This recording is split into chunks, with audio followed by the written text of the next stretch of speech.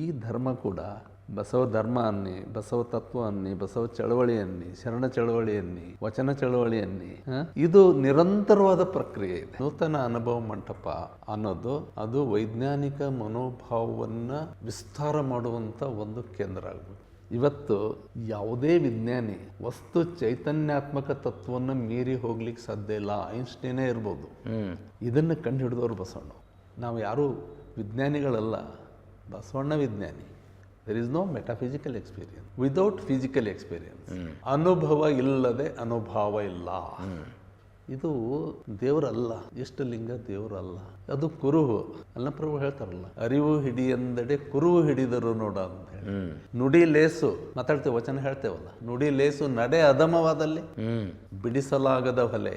ಯಾವುದನ್ನ ಹಿಪೋಕ್ರಸಿ ಅಂತ ನಾವು ಹೇಳ್ತೇವೆ. ಯಾವುದು ಹೊಲೆ ಅಂದ್ರೆ ಹೊಲಿಗೇರಿ ಅಲ್ಲ, ಇಲ್ಲಿದೆ ಅನ್ನ. ನನ್ನ ತಲೆನಲ್ಲೇ ಹೊಲಿಗೇರಿ ಇದೆ. ನೀವು ಭಾರತ ಅನ್ಬೋದು, ಪಾಕಿಸ್ತಾನ ಅನ್ಬೋದು, ನಿಸರ್ಗ ಒಂದೇ ಇದೆ. ಒಂದು ಲಿಂಗಾಚಾರದ ಪರಿಕಲ್ಪನೆ ನಿಮ್ದು ಇಡೀ ವಿಶ್ವದ ಎಲ್ಲ ರಹಸ್ಯಗಳನ್ನು ನಿಮ್ಮ ಮುಂದೆ ಬಿಚ್ಚಿಡ್ತದದು ಲಿಂಗಾಚಾರ. 21st ಸೆಂಚುರಿಯ ಯಾವುದೇ ಒಂದು ಸಮಸ್ಯೆ ನನ್ನ ಮುಂದಿಡಿ, I will give answer through vachanas. Yes, Basava ತತ್ವವನ್ನು ಯಾರೂ ವಿರೋಧ ಮಾಡಲಿಕ್ಕೆ ಸಾಧ್ಯ ಇಲ್ಲ. ಒಳ್ಳೆಯದಾಗೋದಿದೆಯಲ್ಲ, ಇದು ಪ್ರತಿಯೊಂದು ಧರ್ಮದ ಆಶೆ ಇದೆ. ಅದು ಹರಳೆಯ ಮದುವೆ ಮಕ್ಕಳ ಮದುವೆ, ಅದು ಅಂತರ್ಜಾತಿ ಅಲ್ಲ, ಅದು ಶರಣರ ಮಕ್ಕಳ ಮದುವೆ. ಇದು ಅಲ್ಟಿಮೇಟ್ ರೀ. Basava philosophy is ultimate. ನಾವು ಸಮಾಜಕ್ಕೆ ಬದ್ಧರಾಗಿರಬೇಕು, ಜ್ಞಾನಕ್ಕೆ ಬದ್ಧರಾಗಿರಬೇಕು, ತತ್ವಕ್ಕೆ ಬದ್ಧರಾಗಿರಬೇಕು. ದಾಸೋಹ is proper social distribution. Proper social distribution ಇದ್ದಾಗ ಯುದ್ಧಗಳಾಗೋದಿಲ್ಲ, ಕೋಮುಗಲಭೆಗಳಾಗೋದಿಲ್ಲ, ವರ್ಗಗಳು ಇರೋದಿಲ್ಲ, ಲಿಂಗಭೇದ ಇರೋದಿಲ್ಲ, ವರ್ಗಭೇದ ಇರೋದಿಲ್ಲ, ಜಾತಿ ಭೇದ ಇರೋದಿಲ್ಲ, ಇನ್ನೂ ಇರೋದಿಲ್ಲ. ಪರ್ಫೆಕ್ಟ್. ನೀವು ಏನೇ ಕೇಳಿ, ಸಿಸ್ಟಮ್ ಇದೆ ಇಲ್ಲಿ, 100% ಸಿಸ್ಟಮ್ ಇದೆ. ಇದು ಎಷ್ಟು ಸಿಸ್ಟಮ್ ಇದೆ ಅಂದರೆ, ಇದು ಸೈನ್ಸ್ ಇದೆ, ಟೆಕ್ನಾಲಜಿನೂ ಇದೆ ಇದರಲ್ಲಿ. ಅದಕ್ಕೆ ಇದು ಧರ್ಮ ಅಂತ ಕರೀಲಿಕ್ಕೆ ನಾನು ಸ್ವಲ್ಪ ಹೆಸಿಟೇಟ್ ಮಾಡ್ತೇನೆ. ಇದು perfect life, perfect way of life. ಹೌದು, ಪರ್ಫೆಕ್ಟ್ ವೇ ಆಫ್ ಲೈಫ್. ಇದನ್ನು ಯಾರು ಬೇಕಾದ್ರೂ ಬಳಸ್ಕೋಬೋದು. ಶಾಸ್ತ್ರ ಹೆಂಗೆ ಹೇಳ್ತದಂತಾರೆ, ಶಾಸ್ತ್ರಗಳ ಮಾತು ಶಸ್ತ್ರಗಳು ಕೇಳ್ತವೆ. ಭಾರತದಲ್ಲಿ ಯಾವಾಗಲೂ ಶಾಸ್ತ್ರ ಮತ್ತು ಶಸ್ತ್ರಗಳು ಜೊತೆಯಾಗಿಯೇ ಇದ್ದಾವೆ. ಬಸವ ಭಾರತ ಆಗಬೇಕು. ಬಸವ ಭಾರತ ಆದಾಗ ಅದು ನಿಜವಾದಂಥ ಭಾರತ. 770 ಎಲ್ಲಿದೆ ಜಗತ್ತಿನ ಯಾವ ಪಾರ್ಲಿಮೆಂಟ್ನಾಗ 770 ರಿಪ್ರೆಸೆಂಟೇಟಿವ್ ಇದ್ದಾರೆ. But in Basava's parliament 770.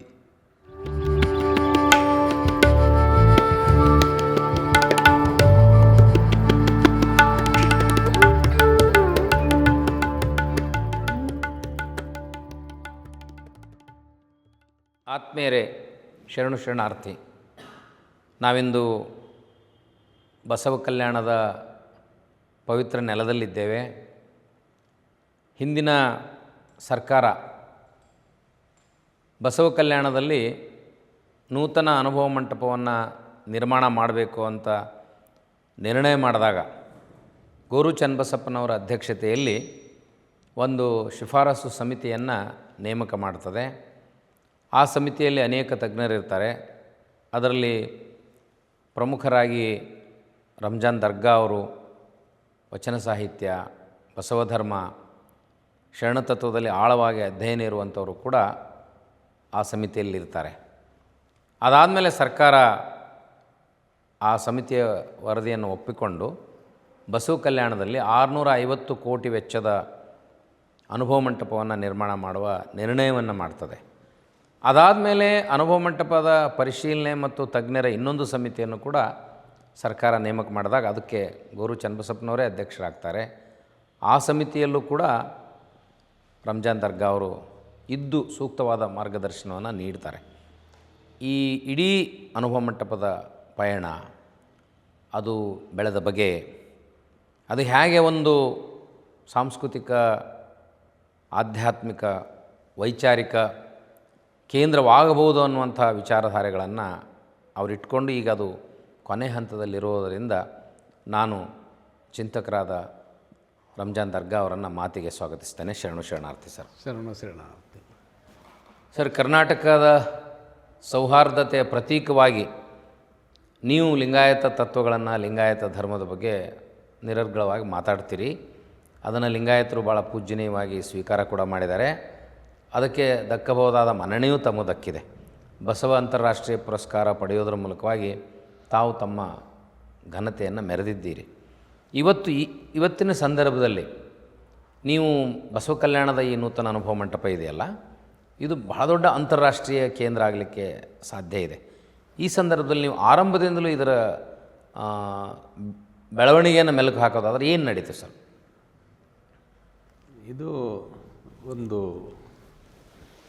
Karnataka ಸರ್ಕಾರದ ಬಹಳ ಮಹತ್ವದ ನಿರ್ಣಯ ಆಯಿತು. ಆವಾಗ ಸಿದ್ದರಾಮಯ್ಯವರೇ ಮುಖ್ಯಮಂತ್ರಿ ಆಗಿದ್ದರು. ಅವ್ರದ್ದೊಂದು ಕನಸು ಇದು.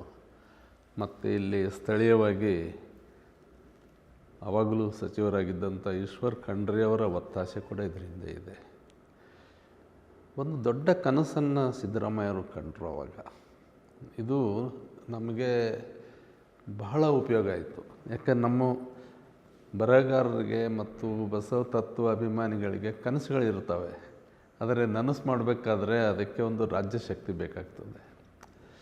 ಆ ನಮ್ಮ ಕನಸಿಗೂ ಮತ್ತು ರಾಜ್ಯ ಶಕ್ತಿಯ ಬಯಕೆಗೂ ಒಂದೇ ಆಗಿಬಿಡ್ತು.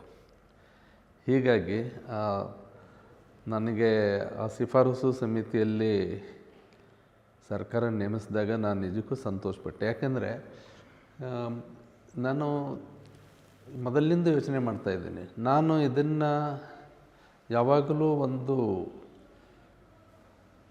ತತ್ವಜ್ಞಾನವಾಗಿ, ಒಂದು ದರ್ಶನವಾಗಿ ನೋಡಲಿಕ್ಕೆ ಇಷ್ಟಪಡ್ತಿದ್ದೀನಿ. ಇದು ಒಂದು ಚಳವಳಿಯಾಗಿ ಹುಟ್ಟಿ ದರ್ಶನವಾಗಿ ಬೆಳೀತದೆ. ಧರ್ಮ ಅನ್ನೋದು ಅದೊಂದು ಸಾಂದರ್ಭಿಕ ನನ್ನ ಪ್ರಕಾರ. ಯಾಕಂದರೆ ಇದಕ್ಕೆ ಬಹುಶಃ ಜಗತ್ತಿನಲ್ಲಿ ಇದೊಂದೇ ಧರ್ಮ, ರಿಲಿಜನ್ ವಿದೌಟ್ ಬಾರ್ಡರ್ಸ್ ಅಂತೀನಿ ನಾನು. ಇದು ಬಯಲು ಧರ್ಮ ಇದೆ, ನಿಸರ್ಗ ಧರ್ಮ ಇದೆ. ಇಲ್ಲಿ ಯಾವುದೂ ಕೂಡ ಇದು ಇಲ್ಲಿಗೆ ನಿಂತು ಅಂತಿಲ್ಲ. ಇವನ್ ಇವರೆಲ್ಲ ಷಟ್ಸ್ಥಲ ಸಿದ್ಧಾಂತ ಹೇಳ್ತಾರಲ್ಲ, ಬಸವಣ್ಣ ಅಲ್ಲಿ ನಿಲ್ಲೋದಿಲ್ಲ. ಬಸವಣ್ಣವರಿಗೆ ನಾನು ಸಪ್ತಸ್ಥಲ ಬ್ರಹ್ಮಿ ಅಂತ ಕರಿತೀನಿ. ಯಾಕಂದರೆ ಮೆಲ್ಲನೆ ಷಟ್ಸ್ಥಲವ ಮೀರಿ ನಿರವಯ ಸ್ಥಳವನ್ನೇ ಇದುವೇನಯ್ಯ. ಇದು ಇನ್ಫಿನಿಟ್ ಇದೆ. ಇದು ಅನಂತವಾದಂಥ ಚಿಂತನೆಯನ್ನು ಒಳಗೊಂಡಿದೆ. ಇದಕ್ಕೆ ಚೌಕಟ್ಟಿಲ್ಲ. ಮತ್ತು ಇಲ್ಲಿ ಆ ಶರಣರು ಪ್ರತಿಯೊಬ್ಬರು ಸ್ವತಂತ್ರವಾಗಿ ಚಿಂತನೆ ಮಾಡ್ತಾರೆ. ಅವರು ಈ ಧರ್ಮವನ್ನು ವ್ಯಾಖ್ಯಾನಿಸುವ ಕ್ರಮ ಕೂಡ ಭಾಳ ಸ್ವತಂತ್ರವಾಗಿದೆ. ಆದ್ದರಿಂದನೇ ಇದಕ್ಕೆ ಇದರ ಭಾಳ ದೊಡ್ಡ ಶಕ್ತಿ ಏನಂದರೆ, ಇದು ಇಲ್ಲಿಗೆ ನಿಂತು ಅಂತಿಲ್ಲ. ಇದು always I say it was A religion in making. ಇದು ವಿಜ್ಞಾನ ಕೂಡ, ವಿಜ್ಞಾನ ಏನದಲ್ಲ, ಅದು ಒಂದು ಪ್ರೋಸೆಸ್, ಅದೊಂದು ಪ್ರಕ್ರಿಯೆ, ಎವಲ್ಯೂಷನ್. ಹೌದು, ಅದು ನಿರಂತರವಾದ ಪ್ರಕ್ರಿಯೆ. ಈ ಧರ್ಮ ಕೂಡ ಬಸವ ಧರ್ಮ ಅನ್ನಿ, ಬಸವ ತತ್ವ ಅನ್ನಿ, ಬಸವ ಚಳವಳಿ ಅನ್ನಿ, ಶರಣ ಚಳವಳಿ ಅನ್ನಿ, ವಚನ ಚಳವಳಿ ಅನ್ನಿ, ಇದು ನಿರಂತರವಾದ ಪ್ರಕ್ರಿಯೆ ಇದೆ. ಆದ್ದರಿಂದ ಇದಕ್ಕೆ ನಾನು ಒಂದು ವೈಜ್ಞಾನಿಕ ಮನೋಧರ್ಮದ ಒಂದು ಧರ್ಮ ಇದು. ಅಂದರೆ ಒಂದು ಇಡೀ ಇದರ ವ್ಯವಸ್ಥೆ ಏನಿದೆಯಲ್ಲ, ಇದು ಇಲ್ಲಿಗೆ ನಿಂತು ಅಂತ ಹೇಳೋದಿಲ್ಲ. ಇದು ಇಟ್ಸ್ ರಿಯಲಿ ಅಮೇಜಿಂಗ್. ಮತ್ತು ಪ್ರತಿಯೊಬ್ಬರು ಅವರದೇ ಆದಂಥ ಒಂದು ಆಯಾಮದಲ್ಲಿ, ಒಂದು ಡೈಮೆನ್ಷನ್ನಲ್ಲಿ ಇದನ್ನು ನೋಡ್ತಾರೆ. ಸೊ ಬ್ಯೂಟಿಫುಲ್, ಅದ್ಭುತವಾದದ್ದು. ಇದು ಏನಿದೆಯಲ್ಲ, ಇದನ್ನು ಸೈಂಟಿಫಿಕ್ ಟೆಂಪರಮೆಂಟ್, ಒಂದು ವೈಜ್ಞಾನಿಕ ಮನೋಭಾವ ಏನದಲ್ಲ ಇದರದ್ದು. ನಾನು ಬೇರೆ ಭಾಳ ಜನ ಹೇಳ್ತಿರ್ತಾರೆ ಶರಣರು ವಿಜ್ಞಾನಿಗಳು, ನಾನು ಒಪ್ಕೊಳ್ಳಿಕ್ಕೆ ಸಿದ್ಧ ಇಲ್ಲ. ಆದರೆ ಅದಕ್ಕಿಂತಲೂ ಹೆಚ್ಚಿಂದ ಯಾವುದಂದರೆ ಸೈಂಟಿಫಿಕ್ ಟೆಂಪರಮೆಂಟ್, ವೈಜ್ಞಾನಿಕ ಮನೋಭಾವ. ಈಗ ಎಷ್ಟೋ ಜನ ವಿಜ್ಞಾನಿಗಳಿದ್ದಾರೆ, ಮೌಢ್ಯರಿರ್ತಾರೆ. ಆವರಿಸಿ ಇರ್ತದೆ. ಇವರೆಲ್ಲ ಎಷ್ಟೋ ಜನರು ನಮ್ಮದು ಸ್ಪೇಸ್ ಟೆಕ್ನಾಲಜಿಸ್ಟು, ಇವರು ನಮ್ಮ ಸೈಂಟಿಸ್ಟು ಎಲ್ಲ ಹೋಗಿ ತಿರುಪತಿಗೆ ಹೋಗಿ ಬರ್ತಾರೆ. ಆಮೇಲೆ ನಮ್ಮದು ಎಲ್ಲ ಅವರು ಸೆಟ್ಲೈಟ್ ಮುಂದೆ ತೆಂಗಿನಕಾಯಿ ಹೊಡಿತಾರೆ. ಅದಕ್ಕೆ ಶರಣರದ್ದು ಏನಂದರೆ ವೈಜ್ಞಾನಿಕ ಮನೋಭಾವ. ಅದು ಏನಿದೆಲ್ಲ ನಮ್ಮ ಈ ಜಗತ್ತಿಗೆ ಬೇಕಾಗಿದೆ. ಬರೀ ನಮ್ಮ ದೇಶಕ್ಕೆ, ನಮ್ಮ ನಾಡಿಗೆಲ್ಲ, ಇಡೀ ಜಗತ್ತು ಇವತ್ತು ಆ ರ್ಯಾಷನಲಿಸಮ್ ಯಾವುದಕ್ಕೆ ನೀವು ಅಂತೀರಿ, ವಿಚಾರವಾದ ಯಾವುದಕ್ಕೆ ಅಂತೀರಿ? ಇದು ಧರ್ಮ ನಿಂತಿದ್ದು ವಿಚಾರವಾದದ ಮೇಲೆ. ಆ ವಿಚಾರವಾದದ ಮೇಲೆ ಅದು ಸಮಾನತೆಯನ್ನು ಬಯಸ್ತದೆ, ಆ ವಿಚಾರವಾದದ ಮೇಲೆ ಅದು ತತ್ವಜ್ಞಾನವನ್ನು ಬಯಸ್ತದೆ. ಸರ್, ಆ ಹಿನ್ನೆಲೆಯಲ್ಲಿ ನೂತನ ಅನುಭವ ಮಂಟಪ ಬರೀ ಒಂದು ಕಟ್ಟಡವಾಗಿ ಉಳಿತದೋ ಅಥವಾ ಯಾವ ರೀತಿಯ ಯೋಜನೆಯನ್ನು ನೀವು ಗೋರುಚ್ ಅವರು ಕೊಟ್ರಿ? ನೋಡಿ, ನೂತನ ಅನುಭವ ಮಂಟಪ ಹೆಂಗಿರಬೇಕು, ಯಾವ ಪರಿಕಲ್ಪನೆಯಲ್ಲಿ ಇರಬೇಕು? ನೋಡಿ, ನನ್ನ ಅಭಿಪ್ರಾಯನ ಹೇಳ್ತೀನಿ. ನೂತನ ಅನುಭವ ಮಂಟಪ ಅನ್ನೋದು ಅದು ವೈಜ್ಞಾನಿಕ ಮನೋಭಾವವನ್ನು ವಿಸ್ತಾರ ಮಾಡುವಂಥ ಒಂದು ಕೇಂದ್ರ ಆಗಬೇಕು. ಇದು ಮೊದಲೇದು.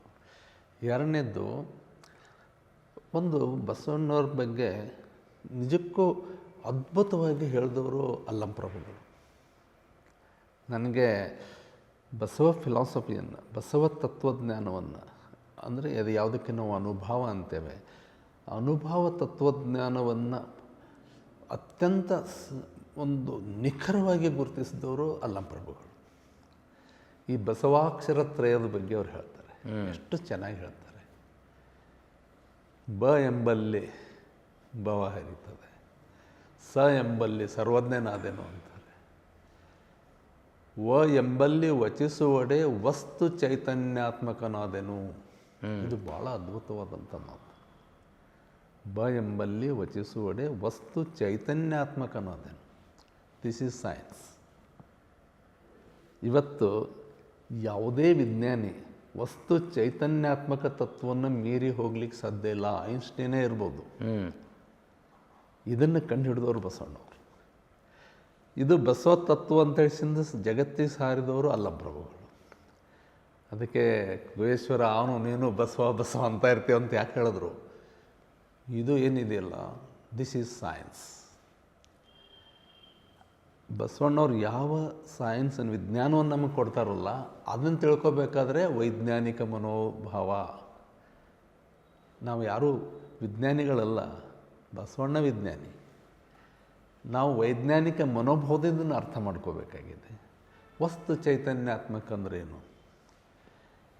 ಯಾವುದಕ್ಕೆ ನೀವು ಚೈತನ್ಯ ಅಂತೀರಿ ಈ ಧರ್ಮದಲ್ಲಿ, ಅದು ವಿಜ್ಞಾನದಲ್ಲಿ ಎನರ್ಜಿ ಆಗಿದೆ. ಎನರ್ಜಿ.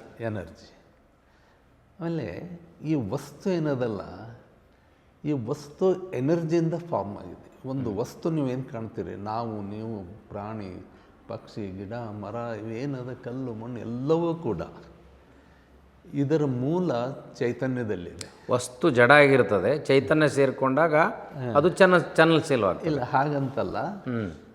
ವಸ್ತು ಆಗಿದ್ದೇ ಚೈತನ್ಯದಿಂದ. ವಸ್ತುಗೆ ಬೆಲೆ ಬರೋದು ಚೈತನ್ಯ ಸೇರ್ಕೊಂಡ್ಮೇಲೆ. ಅದು ಚೈತನ್ಯದ ವಸ್ತು ಏನಿದೆಯಲ್ಲ, ಈ ಧರ್ಮ ಎಷ್ಟು ಚೆನ್ನಾಗಿ ಅಂದರೆ ಈ ಫಿಲಾಸಫಿನ, ಧರ್ಮ ಅನ್ನೋದನ್ನು ಭಾಳ ಕಡಿಮೆ ಬಳಸ್ತೀನಿ ನಾನು. ಈ ಬಸವ ಅನುಭವ ತತ್ವ ಏನದಲ್ಲ, ಇದು ಏನು ಹೇಳ್ತದಂದರೆ, ಈ ಚೈತನ್ಯದ ತೋರು ರೂಪ ಇದೆಯಲ್ಲ, ಅದು ವಸ್ತು. ಆಮೇಲೆ ಈ ವಸ್ತು ಏನಿದೆಯಲ್ಲ, ಇದು ಟೈಮ್ ಬಾಂಡ್ ಇದೆ. ಈ ವಸ್ತುವಿಗೆ ಇದು ಶಾಶ್ವತ ಅಲ್ಲ, ಆದರೆ ವಾಸ್ತವ. ಭ್ರಮೆನೂ ಅಲ್ಲ, ಶಾಶ್ವತನೂ ಅಲ್ಲ. ವಸ್ತು ಅನ್ನೋದು ಇದು ವಾಸ್ತವ, ಅಂದರೆ ಟೈಮ್ ಬಾಂಡ್ ಟ್ರೂತ್. ಇದಕ್ಕೆ ಒಂದು ಲಿಮಿಟ್ ಇದೆ.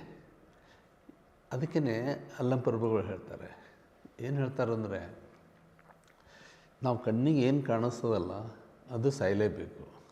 ರೂಪಿಂಗೆ ಕೇಡುಂಟು. ಸೂರ್ಯ ಕಾಣಿಸ್ತಾನೆ, ಸೂರ್ಯನಿಗೂ ಸಾವು, ಕೇಡು ಅಂದರೆ ಸಾವು. ಚಂದ್ರ ಕಾಣ್ತೇವೆ, ಪೃಥ್ವಿ, ನದಿ, ನಾವು, ನೀವು ಎಲ್ಲವೂ ಕೂಡ ಈ ರೂಪ ಏನು ಪಡೆದೋದಲ್ಲ, ಎನರ್ಜಿ ಅನ್ನೋದು, ಚೈತನ್ಯ ಅನ್ನೋದು ವಸ್ತು ರೂಪ ತಾಳ್ತದೆ, ಮತ್ತೆ ಅದು ಚೈತನ್ಯಗೆ ಹೋಗ್ತದೆ. ಅದ್ವೈತದಿಂದ ಜಗತ್ತು ದ್ವೈತ ಇದೆ, ಅದ್ವೈತದಿಂದ ಹುಟ್ಟಿದೆ, ಮತ್ತು ಅದ್ವೈತದಲ್ಲಿ ಅದು ಅಂತ್ಯಗೊಳ್ತದೆ. This is the soul of Basava philosophy. Basava ತತ್ವಜ್ಞಾನದ ಆತ್ಮ ಇದು. ಆದರೆ ಇದು ಯಾವಾಗ ದ್ವೈತದಲ್ಲಿ ಈ ಜಗತ್ತಿದೆ ಇದಲ್ಲ, ಇಲ್ಲಿ ದುಃಖ ಇರಬಾರ್ದು, ಇದು ಆನಂದಮಯವಾಗಿರಬೇಕು, ಇದು ಆನಂದ ತತ್ವ ಇದೆ. ಈ ಆನಂದಮಯವಾಗಿರಬೇಕಂದಾಗ ಸಮಾನತೆ ಬೇಕು, ಘನತೆ ಬೇಕು, ಇಡೀ ಮಾನವ ಕುಲ ಒಂದಾಗಿರಬೇಕು, ಸಕಲ ಜೀವಾತ್ಮರಿಗೆ ಲೇಸನ್ನು ಬಯಸುವಂಥ ಒಂದು ಸೃಷ್ಟಿಯ ಒಂದು ವ್ಯವಸ್ಥೆ ಇರಬೇಕು.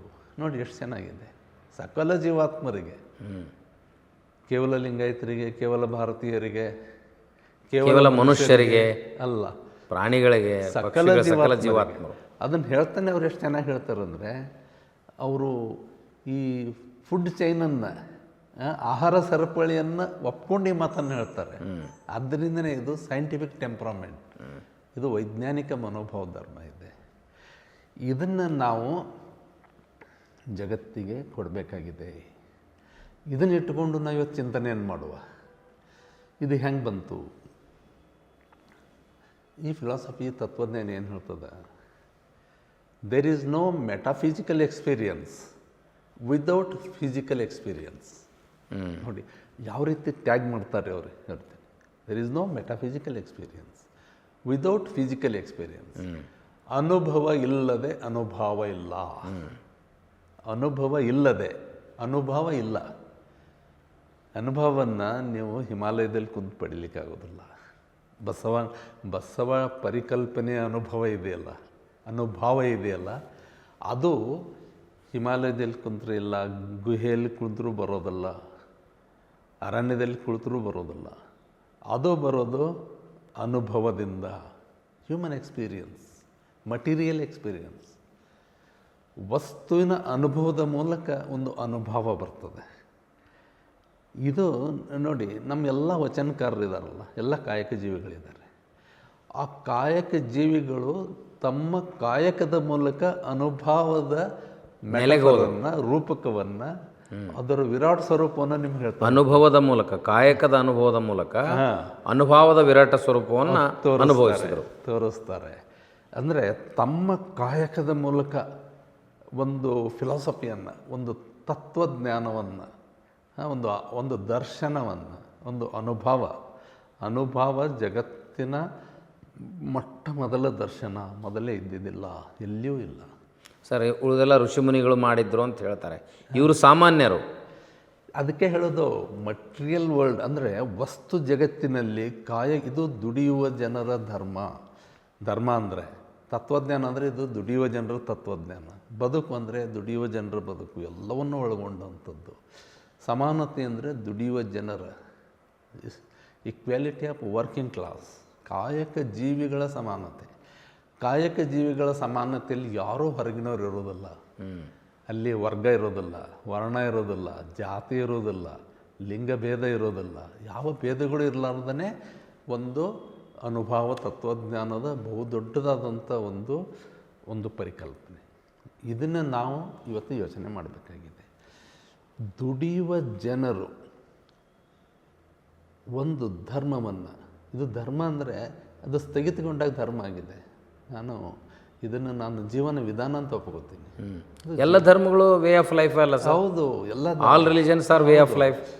ಈಗ ಯದ್ಧಾರ್ಯತೆ ತದ್ಧರ್ಮ, ಅದಕ್ಕೆ ಧಾರಣ ಶಕ್ತಿ ಇರಬೇಕು. ಇದು ಒಂದು ಧಾರಣ ಶಕ್ತಿ ಹೇಗಿದೆ? ಸಮೂಹ ಜ್ಞಾನವನ್ನು ಬಸವಣ್ಣವ್ರು ಹೆಂಗೆ ತಂದರು? ಇದು ಸುಮ್ಮನೆ ಒಂದು ಕಟ್ಟಡ ಅಲ್ಲ ನನಗೆ. ಇದು ಒಂದು ದೊಡ್ಡ, ಒಂದು ಬೃಹತ್, ಅಂದರೆ ವಿರಾಟ್ ಸ್ವರೂಪವಾಗಿ ನಾನು ನೋಡ್ತಾ ಇದ್ದೀನಿ ಸರ್. ಈ ಕಟ್ಟಡದಲ್ಲಿ ಅವೆಲ್ಲ ಆಶಯಗಳು, ಕಾನ್ಸೆಪ್ಟು ಸರಿಯಾಗಿ ಬಂದ್ವಾ? ಖಂಡಿತವಾಗಿ. ಅದಕ್ಕೆ ಕಾರಣ ಏನು? ನೀವು ಆಯ್ಕೆ ಮಾಡಿದಂಥ ಆರ್ಕಿಟೆಕ್ಟ್ ಯಾವ ಮಾನದಂಡಗಳ ಮೇಲೆ ಮಾಡಿದ್ರಿ? ಇದಕ್ಕೆ ಡಿಸೈನರ್ ಅನ್ನು ಈಗ ನೋಡಿ, ಆರ್ಕಿಟೆಕ್ಟ್ ಆಗಲಿ, ಡಿಸೈನರ್, ಅವರೆಲ್ಲ ನಾವು ಹೇಳ್ದಂಗೆ ಮಾಡಿದ್ದಾರೆ. ನಾವು ಅಂದರೆ ನಮ್ಮ ಸಮಿತಿ ಹೇಳ್ತದಲ್ಲ, ಅದನ್ನೇ ಮಾಡ್ತಾ ಇದ್ದಾರೆ ಅವರು. ಮತ್ತು ಅವ್ರಿಗೆ ಆ ಒಂದು ವಿಷನ್ನು ಅವರಿಗಿದೆ. ಡಾಕ್ಟರ್ ಬಾಬಾ ಸಾಹೇಬ್ ಗಡ್ಡೆ, ಬಾಬಾ ಸಾಹೇಬ್ ಗಡ್ಡೆಯವರಾಗಲಿ, ಅವರು ಶಿರ್ಕೆ ಅವರೆಲ್ಲವನ್ನು ಕೂಡ ಅವರು ಮಾಡುವ ಇದನ್ನು ನೋಡಿದ್ರೆ ನನಗೆ ಭಾಳ ಥ್ರಿಲ್ಲಿಂಗ್ ಎಕ್ಸ್ಪೀರಿಯನ್ಸು. ಈಗ ನಾನು ಏನು ಹೇಳ್ಬೇಕಂತ ಮಾಡಿದ್ದೀನಿ ಅಂದರೆ, ಇದು ಒಂದು ರೋಲ್ ಮಾಡೆಲ್, ಒಂದು ಮಾದರಿ. ಯಾವುದಕ್ಕೆ ಅಂದರೆ ಈ ಜಗತ್ತು ಯಾವ ಕಡೆ ಹೋಗಬೇಕು? It is centre of human kind, not Lingayats, not Kannadiga, centre of global human kind. ಇಡೀ ಮಾನವ ಕುಲದ ಒಂದು ಕೇಂದ್ರ ಇದು, ಇಡೀ ಮಾನವ ಕುಲದ್ದು. ಆಮೇಲೆ ಸತ್ಯ ಯಾವುದಿದೆ, ದುಡಿಯುವ ಜನರ ಶಕ್ತಿ ಇದೆಯಲ್ಲ, ಆ ಶಕ್ತಿಯೇ ಶಕ್ತಿ. ಇವತ್ತು ನಾವು ಈ ಭಾಳ ಚೆನ್ನಾಗಿ ಎಂಗೆಲ್ಸ್ ಎಲ್ಲ ಹೇಳಿದ್ದಾರೆ, ಗ್ರೇಟ್ ಸೈಂಟಿಸ್ಟ್ ಅವರೆಲ್ಲ ಹೇಳಿದ್ದಾರೆ, ಮನುಷ್ಯ ಈ ಒಂದು ರೂಪ ತಾಳಬೇಕಾದ್ರೂ ಕೂಡ ಅದರ ಹಿಂದೆ ಕಾಯಕ ಇದೆ. ವಾನರ ನರ ಆಗಬೇಕಾದ್ರೆ ರೋಲ್ ಆಫ್ ಲೇಬರ್, ಕಾಯಕ ಏನು ಮಾಡಿ ನಾವು ಕಾಯಕ ಮನುಷ್ಯರನ್ನೇ ಮಾಡಿದೆ, ಕಾಯಕ ಯೋಚನೆ ಮಾಡಲಿಕ್ಕತ್ತಿದೆ. ಇದನ್ನು ತತ್ವಜ್ಞಾನಕ್ಕೆ ಒಯ್ದಿದ್ದ ಕೀರ್ತಿ ಬಸವಣ್ಣವ್ರಿಗೆ ಸಲ್ತದೆ. ನೋಡಿ, ಈ ಕನ್ನಡಿ ಕಾಯಕದ ರೇಮಮ್ಮ ಒಂದು ಸಣ್ಣ ಉದಾಹರಣೆ ನಿಮಗೆ ಕೊಡ್ತಾ ಇದ್ದೀನಿ. ಒಂದೇ ಸಾಲ ಯೋಚನೆ ಮಾಡಿ, ಅವಳ ಕೆಲಸ ಏನು, ಅವಾಗೆಲ್ಲ ಕನ್ನಡಿ ಇದ್ದಿದ್ದಿಲ್ಲ, ಹೆಣ್ಮಕ್ಳು ಸುಮ್ಮನೆ ನೀರಲ್ಲಿ ಮುಖ ನೋಡ್ತಾಯಿದ್ರು. ಆವಾಗ ಒಂದು ಕನ್ನಡಿ ಇಟ್ಕೊಂಡು ಅದೊಂದು ಕಾಯಕ. ಅವು ಏನಂದರೆ ಈ ತಾಮ್ರವನ್ನು ತಿಕ್ಕಿ ಕಂಚನ್ನು ತಿಕ್ಕಿ ಅದು ಅವಾಗೆಲ್ಲ ಬೆಲ್ಜಿಯಮಲ್ಲಿ ಕನ್ನಡಿ ಇದ್ದು ಇಲ್ಲಿ ಅವಳತ್ತು ಮುಖ ತೋರಿಸ್ಕೊಂಡು ಇದನ್ನು ಮಾಡಿಕೊಂಡು ಒಂಥರ beauty parlour, moving beauty parlour ಎಲ್ಲ ಮೊಬೈಲ್ ಬ್ಯೂಟಿ ಪಾರ್ಲರ್. ಅವಳು ಒಂದು ಕಡೆ ಹೇಳ್ತಾಳೆ, ಎಷ್ಟು ಚೆನ್ನಾಗಿ ಹೇಳ್ತಾಳಂದರೆ ಒಂದು ಕಾಯಕದ ಅನುಭವದಿಂದ ಅನುಭವಕ್ಕೆ ಹೆಂಗೆ ಹೋಗ್ತಾರಲ್ಲಿಕ್ಕೆ. ಅವಳು ಏನು ಹೇಳ್ತಾಳೆ, ಕೈಯಲ್ಲಿ ಕನ್ನಡಿ ಇರಲು ತನ್ನ ತಾ ನೋಡಬಾರದೆ ಅಂತ ಕೇಳ್ತಾಳೆ. ಎಷ್ಟು ಅದ್ಭುತವಾದ ಸಾಲು ಇದು ಅಂದರೆ,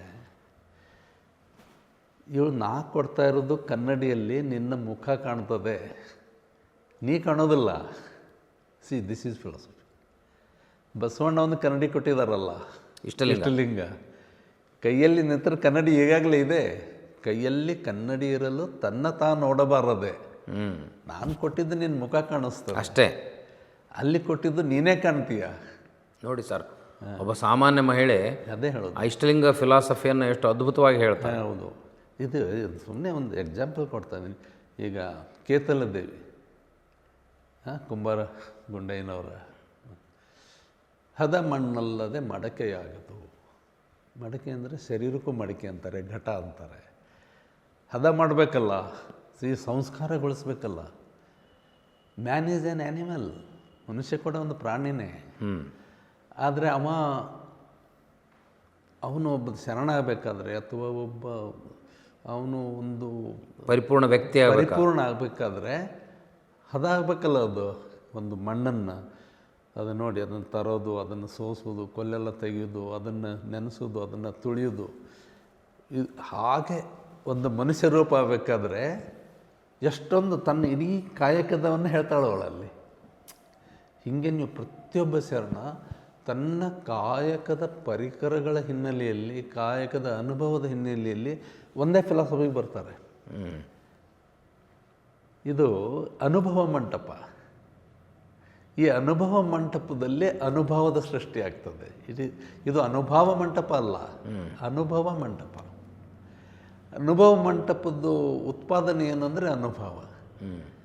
ಅಲ್ಲಿ 770 ಅಮರಗಣಗಳು ಕುಂತಿದ್ದಾರೆ, ಎಲ್ಲ ಜನರದ್ದು ಅಲ್ಲಿ ಅನುಭವ. ಆ ಅನುಭವದಲ್ಲಿ ಹೇಗೆ ಅಂದರೆ, ಅನುಭವ ಅಂದರೆ ಮಕರಂದ ಇದ್ದ ಹಾಗೆ, ನೆಕ್ಟರ್.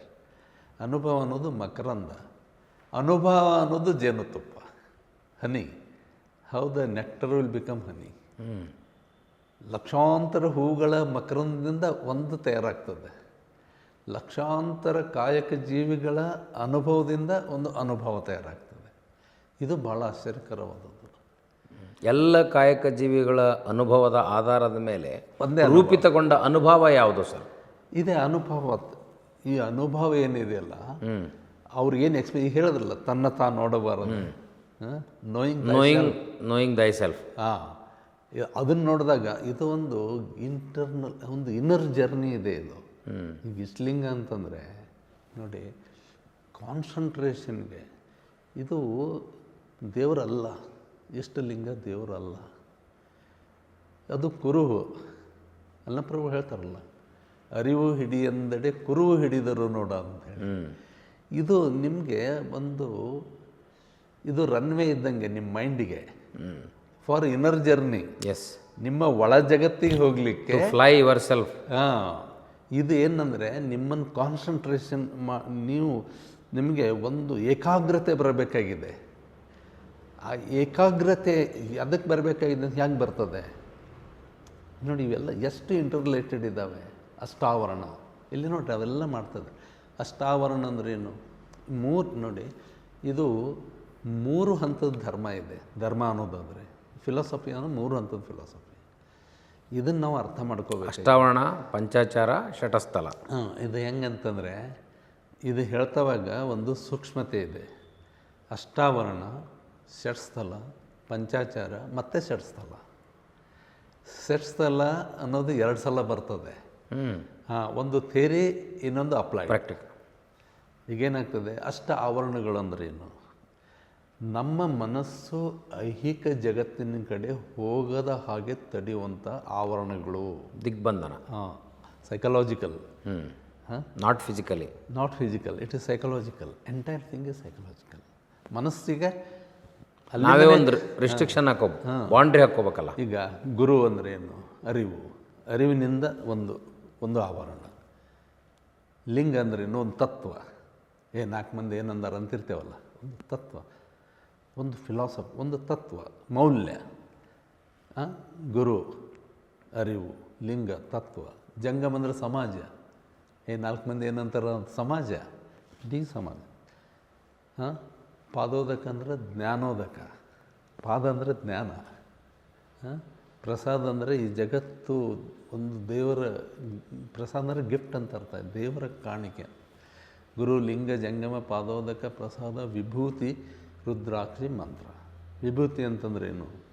ಈ ಜಗತ್ತು ಒಂದು ದಿವಸ ಅಂತ್ಯ ಕಾಣ್ತದೆ. ರೂಪಿಂಗೆ ಕೇಡುಂಟು ಅನ್ನೋ ತಿಳ್ಕೊಳ್ಳೋದು ವಿಭೂತಿ ತತ್ವ. ಒಂದು ದಿವಸ ಎಲ್ಲವೂ ವಿಭೂತಿಯಾಗಿ ಹೋಗ್ಬಿಡ್ತದೆ. That is a final. ಮತ್ತು ಅದು ಎನರ್ಜಿ ಕನ್ವರ್ಟ್ ಅಂತ. ರುದ್ರಾಕ್ಷಿ ಅಂದರೆ ಇನ್ಸೈಟು. ರುದ್ರಾಕ್ಷಿ. ಮಂತ್ರ ಅಂದರೆ ಇವುಗಳನ್ನು ಜಪಿಸ್ತಾ ಇರೋದು, ಸದಾ ಜಾಗೃತವಾಗಿರೋದು. This is the philosophy. ಇದು ಏನಂದರೆ ಮನಸ್ಸನ್ನು ಐಹಿಕ ಆಸೆಗಳಿಂದ ದೂರ ಇಡೋದು. It should become clear. ಅದು ಕ್ಲಿಯರ್ ಆಗಿರಬೇಕು. ಮನಸ್ಸು ಏಕ್ದಮ್ ಖಾಲಿ ಇರಬೇಕಲ್ಲ, ಅವಾಗ ಒಳ್ಳೇದು ಹಾಕ್ತೀರಾ. ತುಂಬಿದ ಕೊಡದಲ್ಲಿ ಏನು ಹಾಕ್ತೀರಾ? ಐಹಿಕ ತುಂಬಿದ್ರೆ ಏನೂ ಆಗೋದು. ಅದಕ್ಕೆ ಎಂಬಲ್ಲಿ ಭವ ಹರಿಯಿತು ಅಂತ ಹೇಳ್ತಾರಲ್ಲ ಅಲ್ಲೊಬ್ರು. ಈ ಅಷ್ಟಾವರಣಗಳು ಮನಸ್ಸನ್ನು, ಎಸ್, ದೇಹವನ್ನು ಪ್ರೊಟೆಕ್ಟಿವ್ ಆಗಿ ಮಾಡಿಕೊಂಡು, ಅಂದರೆ ಹೇಗೆಂದರೆ ಈ ರೈತ ಇರ್ತಾನಲ್ಲ, ಭೂಮಿಯನ್ನು ಹದಗೊಳಿಸ್ತಂಗೆ ಬೀಜೋಪಚಾರ. ಬೀಜದ ಇದನ್ನೇ ಬೇರೆ. ಅದನ್ನು ಹ್ಯಾವ್ ಟು ಸೇಫ್ ಗಾರ್ಡ್ ಗೊತ್ತಿದೆ ಅವನಿಗೆ. ಬೂದಿಯಲ್ಲಿ ಇಡ್ತಾನೆ, ಇದರಲ್ಲಿ ಇಡ್ತಾನೆ, ಅಡಕಲ್ಲಿ ಇಡ್ತಾನೆ. ಹಾಗೆ ಮನಸ್ಸನ್ನು, ರೈತ ಬೀಜವನ್ನು ರಕ್ಷಣೆ ಮಾಡ್ದಂಗೆ ಮನುಷ್ಯ ಮನಸ್ಸನ್ನು ರಕ್ಷಣೆ ಮಾಡಬೇಕು ಅನ್ನೋದು ಅಷ್ಟಾವರಣ ಹೇಳ್ತದೆ. ಹೌದು. ಆಮೇಲೆ ಏನು ಬರ್ತದೆ? ಷಟ್ಸ್ಥಲ ಬರ್ತದೆ. This is personality development. Basavanna is father of personality development, ವ್ಯಕ್ತಿತ್ವ ವಿಕಸನ. ಭಕ್ತನಿಂದ ಶುರುವಾಗಿ ಐಕ್ಯದವರೆಗೆ. ಭಕ್ತ, ಮಹೇಶ, ಪ್ರಸಾದಿ, ಪ್ರಾಣಲಿಂಗಿ, ಶರಣ, ಐಕ್ಯ. ಈ ಐಕ್ಯಕ್ಕೂ ನಿಲ್ಲೋದಿಲ್ಲ ಅವರು. ಯಾಕಂದ್ರೆ ನೋಡಿ, ಎಲ್ಲಿ ನಿಲ್ಲೋದಲ್ಲ ಅದು ಮತ್ತೆ ಎನರ್ಜಿ ಆಗ್ತದಲ್ಲ. ಮನುಷ್ಯ ಸತ್ ಮೇಲೆ ಕೂಡ ಐಕ್ಯ ಅಂದ್ರೇನು? ಲಿಂಗಾಂಗ ಸಮರಿಸಂದ್ರೇನು? ಮ್ಯಾಟರ್ ಆ್ಯಂಡ್ ಎನರ್ಜಿಯ ಸಂಗಮ ಅಷ್ಟೇ. ಈ ಐಕ್ಯ ಆದಮೇಲೆ ನಿರವಯ ಸ್ಥಳ ಒಂದಿದೆ. ಮೆಲ್ಲನೆ ಷಟ್ ಸ್ಥಳವ ಮೀರಿ ನಿರವಯ ಸ್ಥಳವನ್ನು ಇದುವೇನಯ್ಯ ಎಲ್ಲ ಲೀನಾಗಿಬಿಡ್ತದೆ. ಮತ್ತು ಅದು ಇಡೀ ವಿಶ್ವದಲ್ಲಿ ಯಾವುದೂ ನಾಶ ಆಗೋದಿಲ್ಲ, ರೂಪಾಂತರ ಆಗ್ತದೆ. ನಾವು ಸತ್ತ ಮೇಲೆ ಪಂಚಮಹಾಭೂತ ರೂಪಾಂತರ ಆಗ್ತೇವೆ. ಸಾವು ಇಲ್ಲ. ಎಟ್ ಲಾಸ್ಟ್ ಕೊನೆಗೆ ಅದು ಎನರ್ಜಿಯಾಗಿ ಉಳಿತದೆ. ಅದಕ್ಕೆ ನಾವು ಚೈತನ್ಯ ಅಂತೀವಿ. ಈ ಮ್ಯಾಟರ್ ಆ್ಯಂಡ್ ಎನರ್ಜಿ ಇದೆಯಲ್ಲ ಸರ್, ಮ್ಯಾಟರ್ ಆ್ಯಂಡ್ ಎನರ್ಜಿ ಅಥವಾ ವಸ್ತು ಮತ್ತು ಚೈತನ್ಯ, ಇದು ಮಾಡರ್ನ್ ಸೈನ್ಸ್ನಲ್ಲಿ ಡಿಸ್ಕಸ್ ಆಗೋಕ್ಕೆ ಶುರುವಾಯಿತು. ಆವಾಗ ನಾವು ಅಂದ್ಕೊಂಡು ಇದು ಮಾಡರ್ನ್ ಸೈನ್ಸ್ನಲ್ಲಿ ಮಾತ್ರ ಹೇಳಿದ್ದು ಅಂತ. ಬಟ್ ಮ್ಯಾಟರ್ ಆ್ಯಂಡ್ ಎನರ್ಜಿ ಬಗ್ಗೆ ಆವಾಗ ಅಲ್ಲಮ್ಮ ಮತ್ತು ಬಸವಾದಿ. ಹೌದು. ಯಾಕೆ ಅಲ್ಲಮ್ಮ ಬಂದರು? ಅಲ್ಲಮ್ಮ ಯಾಕೆ ಬಸವಣ್ಣ ಹತ್ರ ಬಂದರು? ನನಗೆಯೂ ಗುರು, ನಿನಗೆಯೂ ಗುರು, ಗುಹೇಶ್ವರ ಅಂತ ಯಾಕೆ ಹೇಳಿದ್ರು? ಯಾಕೆ ಎಲ್ಲರೂ ಬಂದರು? ಗಾಣಪತ್ಯರು ಬಂದರು, ಕಾಳಾಮಕ್ಕರು ಬಂದರು, ನಾಥ ಪಂಥದವ್ರು ಬಂದರು, ಪಾಶುಪತರು ಬಂದರು, ಸಿದ್ಧರು ಬಂದರು, ಎಲ್ಲ ನಾಥರು ಎಲ್ಲರೂ ಬಂದ್ರಲ್ಲ. ಅಲ್ಲಿಗಿಂತಲೂ ಭಿನ್ನವಾಗಿದೆ ಅಂತ ಅನಿಸ್ತಾ ಸರ್ ಆಯಾ ಪಂಥಗಳಿಗೆ? ಈ ಸ್ಟೇಜಲ್ಲಿ, ಆ ಸ್ಟೇಜು, ಈ ಎಲ್ಲ ಸ್ಟೇಜ್ಗಳನ್ನು ದಾಟಿ ಬರ್ತಾರೆ ಅಲ್ಲಮ್ಮ ಪ್ರಭುಗಳು. ಇಡೀ ಭಾಳ ನೋಡಿ ಅವ್ರದ್ದು ಇಡೀ ಹಿಮಾಲಯ ಅಷ್ಟೊತ್ತಿಗೆ ಸೂಫಿಸಮ್ ಬಂದಿರ್ತದೆ ನಾರ್ತಲ್ಲಿ, ಎಲ್ಲವನ್ನು ತೊಗೊಂಬರ್ತಾರೆ ಅವರು. ಅವ್ರದ್ದು ಒಂದು ಅಲ್ಲಂ ಪ್ರಭುಗಳಿದಾರಲ್ಲ, ಎಲ್ಲ ಜ್ಞಾನವನ್ನು ತೊಗೊಂಬರ್ತಾರೆ.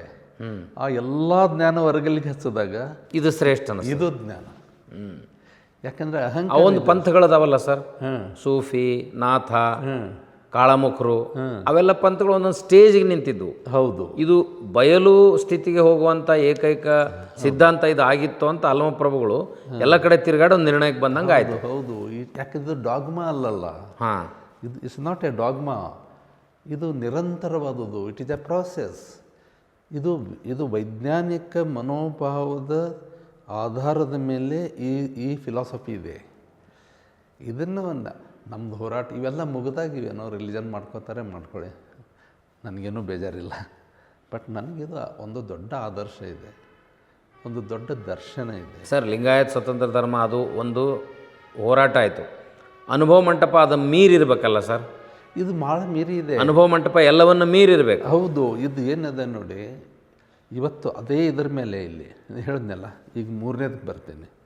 ನಿಮಗೆ ಅಷ್ಟಾವರಣ ಹೇಳಿದೆ, ಷಟ್ಸ್ಥಲ ಹೇಳಿದೆ, ಪಂಚಾಚಾರ. ಹಾಂ, ಈ ಪಂಚಾಚಾರ ಏನಿದೆಯಲ್ಲ, ಇದು ನಥಿಂಗ್ ಬಟ್ ಇದು ಅಪ್ಲೈ ಹೇಗೆ ಮಾಡಬೇಕು. ಷಟ್ಸ್ಥಲದ ಅಪ್ಲಿಕೇಶನ್ ಇದೆ ಇಲ್ಲಿ.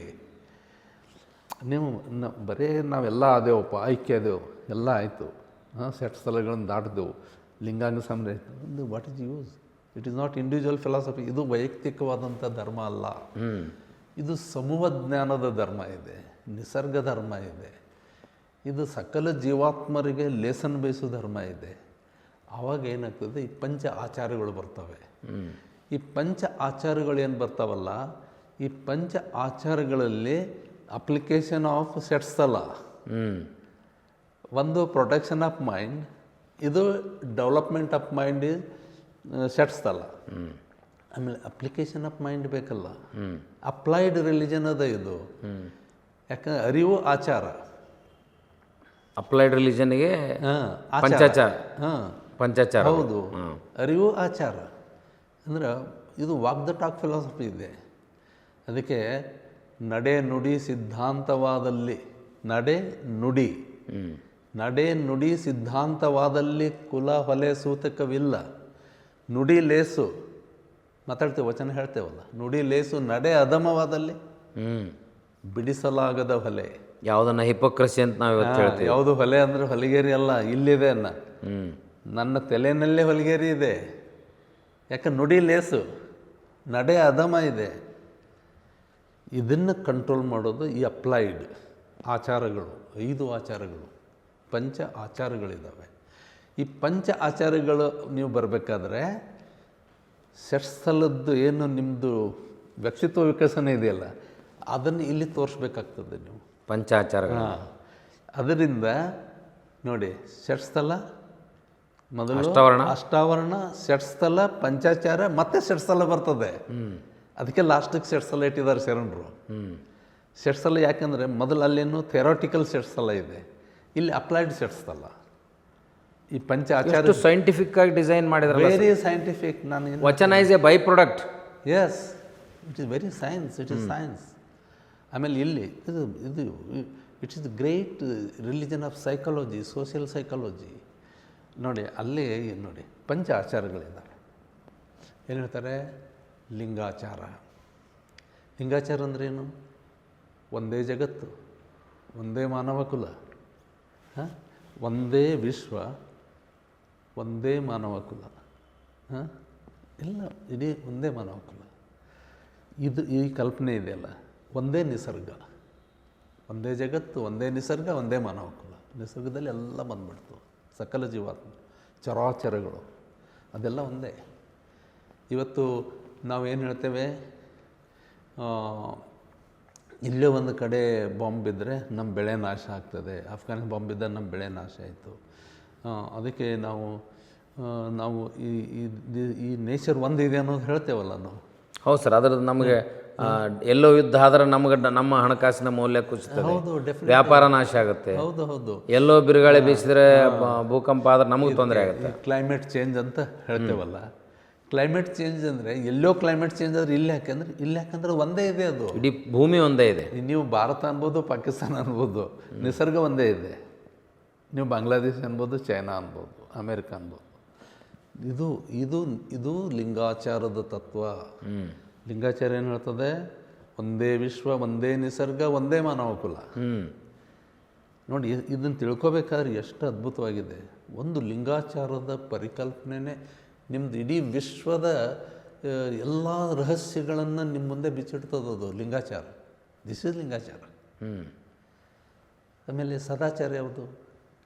ಸ್ವಾವಲಂಬಿ ಆಗಬೇಕು, ನೆರೆಹೊರೆಯವರನ್ನು, ನಿಸರ್ಗವನ್ನು ನಾವು ಕಾಪಾಡ್ಕೋಬೇಕು. ಟೇಕಿಂಗ್ ಕೇರ್, ದಾಸೋಹ ತತ್ವ. ಆಮೇಲೆ ಶಿವಾಚಾರ ಅಂದರೆ ಏನು? ಲಿಂಗ ಭೇದ ಇಲ್ಲದೆ ಬದುಕೋದು, ಜಾತಿ ಭೇದ ಇಲ್ಲದೆ ಬದುಕೋದು, ವರ್ಗ ಭೇದ ಇಲ್ಲದೆ ಬದುಕೋದಕ್ಕೆ ಶಿವಾಚಾರ ಅಂತಾರೆ. ಇದೆಲ್ಲ ಚನ್ನಬಸವಣ್ಣವ್ರು ಹೇಳಿದ್ದಾರೆ. ಗಣಾಚಾರ ಅಂದರೆ ಈ ತತ್ವವನ್ನು ಸಂರಕ್ಷಣೆ ಮಾಡೋದು ಮತ್ತು ಬೆಳೆಸೋದು.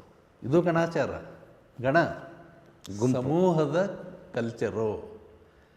Culture of the total human kind, ಇದನ್ನು ಬೆಳೆಸ್ಬೇಕು. ಆಮೇಲೆ ಇದನ್ನೆಲ್ಲ ಮಾಡ್ತಾವಾಗ ಅಹಂಕಾರ ಬೇರೆ ಬರ್ತದಲ್ಲ, ಅದಕ್ಕೆ ಭೃತ್ಯಾಚಾರ. ನಾನೇನಲ್ಲ, ನಾನು ಭಕ್ತ, ಜಗತ್ತೇ ಜಂಗಮ ಅಂತಾರಲ್ಲ ಬಸವಣ್ಣ. ಜಗತ್ತೇ ದೇವರು, ನಾನು ಒಬ್ಬನೇ ಭಕ್ತ. ಅಂದರೆ ನನಗಿಂತ ಕಿರಿಯರಿಲ್ಲ ಅಂದಾಗ ಈ ಸಾಧನೆಗಳು ಆಗ್ತವೆ. ಈ ಸಾಧನೆಗಳು ಸುಮ್ಮನೆ ಆಗೋದಿಲ್ಲ. ಕಡೆಯ ಮನುಷ್ಯ ಮಾತ್ರ ಜಗತ್ತನ್ನು ನೋಡಬಲ್ಲ ಸರಿಯಾಗಿ, ಅಲ್ವಾ? ನೋಡಿ ಸರ್, ಅಹಂಕಾರ ಬರಬಾರ್ದು ಅನ್ನೋದು ಕಾನ್ಷಿಯಸ್ನೆಸ್ ಕೂಡ ಅವ್ರಿಗಿತ್ತು. ಹೌದು. ಇದೆಲ್ಲ ಮಾಡ್ತೀರಿ ನೀವು, ಸಾಧಕರಾದ ಕೂಡ ಅಹಂಕಾರ ಬರುತ್ತೆ ಅನ್ನೋದಕ್ಕೆ ಏನು ಮಾಡಿದ್ರು? ಭ್ರಷ್ಟಾಚಾರ. It will end up with that. ಈ ಪಂಚ ಆಚಾರಗಳಿದ್ದಾವೆ. ಈ ಪಂಚ ಆಚಾರಗಳು ಅವು ಏನಂದರೆ, ನಮ್ಗೆ ಮೀಟರ್ ಇದೆಯಲ್ಲ, ಷಟ್ಸ್ಥಲ ಮೀಟರ್ ಇದೆಯಲ್ಲ, ಆ ಮೀಟರ್ನಲ್ಲೇ ನಾನು ಆ ಮೀಟರ್ಲಿ ಕರೆಕ್ಟ್ ಇದ್ದೀನಾ, ಆ ಮೀಟರ್ನಲ್ಲಿ ಇದೆಯಾ ನನ್ನ ಬಿಹೇವಿಯರ್ನಲ್ಲಿ, ಇದು ಹೇಳ್ತವೆ. ಪಂಚ ಆಚಾರಗಳು ಟೆಸ್ಟಿಂಗ್ ಪಾಯಿಂಟ್ಸ್ ಆಫ್ ಯುವರ್ ಷಟ್ಸ್ಥಲ. ಅದಕ್ಕೆ ಶರಣರು ಏನಂತಾರೆ? ಷಟ್ಸ್ಥಳ ಕೊನೆಗಿಡ್ತಾರೆ. ಮೊದಲು ಬರ್ತದೆ, ಕೊನೆಗೂ ಬರ್ತದೆ. ಬಟ್ ಕೊನೆಯದು ಯಾಕೆ ಇಡ್ತಾರೆ ಅಂದರೆ, ಮೊದಲು ಅದು ಥಿಯರಿಯಾಗಿ ಬರ್ತದೆ, ಆಮೇಲೆ ಪ್ರಾಕ್ಟೀಸ್ ಆಗಿ ನಿಮ್ಮದೆಲ್ಲ ಮೀಟರ್ ಹೇಳಿಬಿಡ್ತದಲ್ಲ. ಈ ದೃಷ್ಟಿಯಲ್ಲಿ ನಾವು ಇದನ್ನು ಮಾಡಿದ್ದೇವೆ. ಅಲ್ಲಿ ಷಟ್ಸ್ಥಲ ಇದ್ದಾವೆ, ಅಷ್ಟಾವರಣ ಇದ್ದಾವೆ, ಆಮೇಲೆ ಪಂಚ ಆಚಾರಗಳು. ಈ ಪಂಚ ಆಚಾರಗಳ ಪರಿಕಲ್ಪನೆಯಲ್ಲಿದೆ. ಆಮೇಲೆ ಇಷ್ಟಲಿಂಗ ಅನ್ನೋದು ಹೇಗೆ ಸೈಂಟಿಫಿಕ್ ಇದೆ, ನಮ್ಮ ಮನೆ ಅದ್ರ ಬಗ್ಗೆ ಇಷ್ಟೊಂದೆಲ್ಲ ಎಷ್ಟು ಸೈನ್ಸ್ ಆ್ಯಂಡ್ ಟೆಕ್ನಾಲಜಿ ಯೂಸ್ ಮಾಡ್ತಾ ಇದ್ದಾರೆ. This will be the first of its kind in the world where philosophy is brought up in the physical structure. ಇದನ್ನು ನಾವು, ನನ್ನ ವಿಷನ್ ಇದು ಇದೆ, ನನ್ನ ಪರಿಕಲ್ಪನೆ ಇದು ಇದೆ, ನನ್ನ ಕನಸುಗಳನ್ನು ಹೇಳ್ತಾ ಇದ್ದೀನಿ. ಆಮೇಲೆ ಅಲ್ಲಿ ಎಲ್ಲ ಕಾಯಕ ಜೀವಿಗಳು ಬರ್ತಾರೆ. ಅಲ್ಲಿ ಕಾಯಕ ಜೀವ ಆ ಕಾಯಕ ಜೀವಿಗಳದ್ದು ನೋಡಿ, ಅಲ್ಲಿ ಥಿಯರಿನೂ ಇದೆ, ಪ್ರಾಕ್ಟೀಸು ಇದೆ, ಮಾಡೆಲ್ಸ್ ಇದ್ದಾವೆ, ಆ್ಯಕ್ಷನ್ನು ಇದೆ. ಆಮೇಲೆ ಆ ಸರ್, ಉಳಿದ ಕಟ್ಟಡಗಳಲ್ಲಿ ಮಾಡೆಲ್ಸ್ ಇರ್ತಾವೆ. ಇಲ್ಲಿ ಸ್ವತಃ ಇಷ್ಟಲಿಂಗವನ್ನು ಎಕ್ಸ್ಪೆರಿಮೆಂಟ್ ಮಾಡಿಸೋದನ್ನು ಗಡ್ಡೆಯವರು ವೈಜ್ಞಾನಿಕವಾಗಿ ಸೈಂಟಿಸ್ಟ್ಗಳನ್ನ ಹಿಡಿದು ಅವರು, ಈ Baba Saheb Gadde is young man with great vision. ಇದು ನಮಗೆ ಏನು ನಾವು ಯಾವುದು ರ್ಯಾಷನಲ್ ಅಂತೇವಲ್ಲ, ಹಂಗೆಷ್ಟು humanisation of rationalism, universalisation of rationalism based on working class. This is working class, based on working class by using the technology also. Yes, ಈಗ ಹೇಳೋದು ಹೌದು. ಅವತ್ತು ಶರಣರ ಅನುಭವ ಮಂಟಪದಲ್ಲಿ ಇಷ್ಟಲಿಂಗದ ಮೂಲಕ ಮಾಡಿ ತೋರಿಸಿದ್ರು. ಸೈನ್ಸ್ ಆ್ಯಂಡ್ ಟೆಕ್ನಾಲಜಿ ಪ್ರಶ್ನೆ ಇರಲಿಲ್ಲ. ಈಗ ಸೈನ್ಸ್ ಆ್ಯಂಡ್ ಟೆಕ್ನಾಲಜಿ ಇದೆ. ನೀವು ಇದನ್ನು ಮಾಡಿದಾಗೂ ನಿಮಗೆ ಅದೇ ರಿಸಲ್ಟ್ ಸಿಗ್ತದೆ.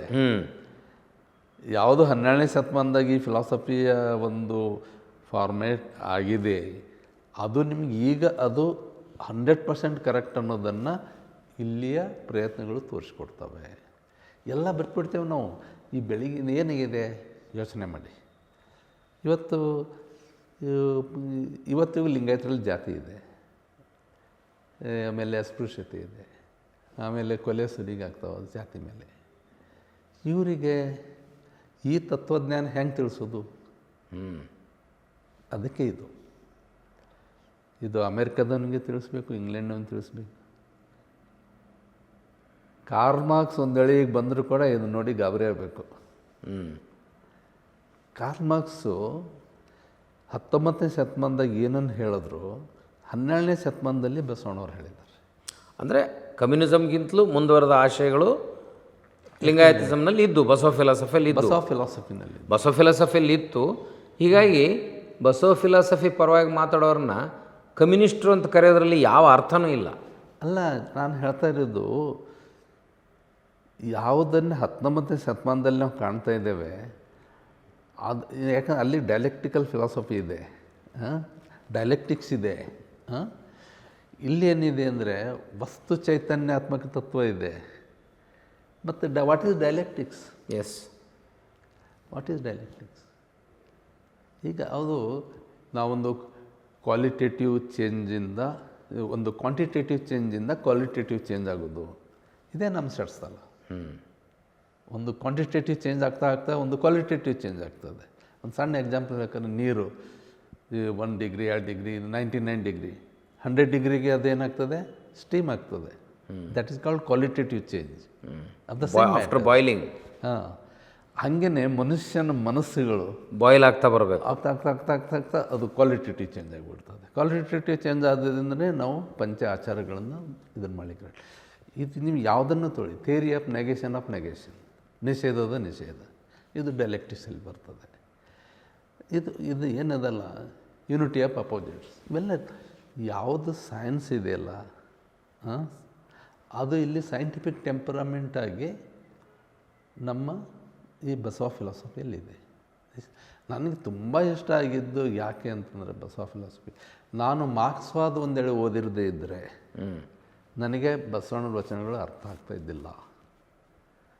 ಇವತ್ತು ನನಗೆ ಪ್ರತಿಯೊಂದು, ನೀವು ಯಾವುದನ್ನು ತೊಗೊಳ್ಳಿ, ಎಕನಾಮಿಕ್ಸ್ ತೊಗೊಳ್ಳಿ, ಸೋಷಿಯಾಲಜಿ ತೊಗೊಳ್ಳಿ, ಸೈಕಾಲಜಿ ತೊಗೊಳ್ಳಿ, you ask me any question, 21st ಸೆಂಚುರಿಯ ಯಾವುದೇ ಒಂದು ಸಮಸ್ಯೆನ ನನ್ನ ಮುಂದಿಡಿ, I will give answer through vachanas.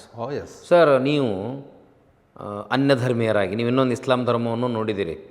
ಅದಕ್ಕಿಂತಲೂ ಇದು ಒಂದು ಹೆಜ್ಜೆ ಹೆಂಗೆ ಮುಂದೆ, ಯಾವ ಕಾರಣಕ್ಕಿಲ್ಲಿ? ಇಲ್ಲ, ಅದು ಹಂಗಿರೋದಿಲ್ಲ. ಈಗ ನನಗೆ ಪೈಗಂಬರು ಕೂಡ ನನಗೆ ಪೈಗಂಬರ ಮೇಲಿನ ಪ್ರೀತಿ, ಪೈಗಂಬರ ಮೇಲೆ ಇರೋ ನನ್ನ ಒಂದು ತಾದಾತ್ಮ್ಯ ಇದೆಯಲ್ಲ, ಅದು ನನಗೆ ಬಸವಣ್ಣವ್ರ ವ್ಯಕ್ತಿತ್ವ ತೋರಿಸ್ಕೊಟ್ಟದ. ಪೈಗಂಬರ್ ಮೂಲಕ ನೀವು ಬಸವಣ್ಣನ ವ್ಯಕ್ತಿತ್ವವನ್ನು ಗ್ರಹಿಸಿದ್ರಿ. ಮಾರ್ಕ್ಸ್ ಮೂಲಕ, ಪೈಗಂಬರ್ ಮೂಲಕ.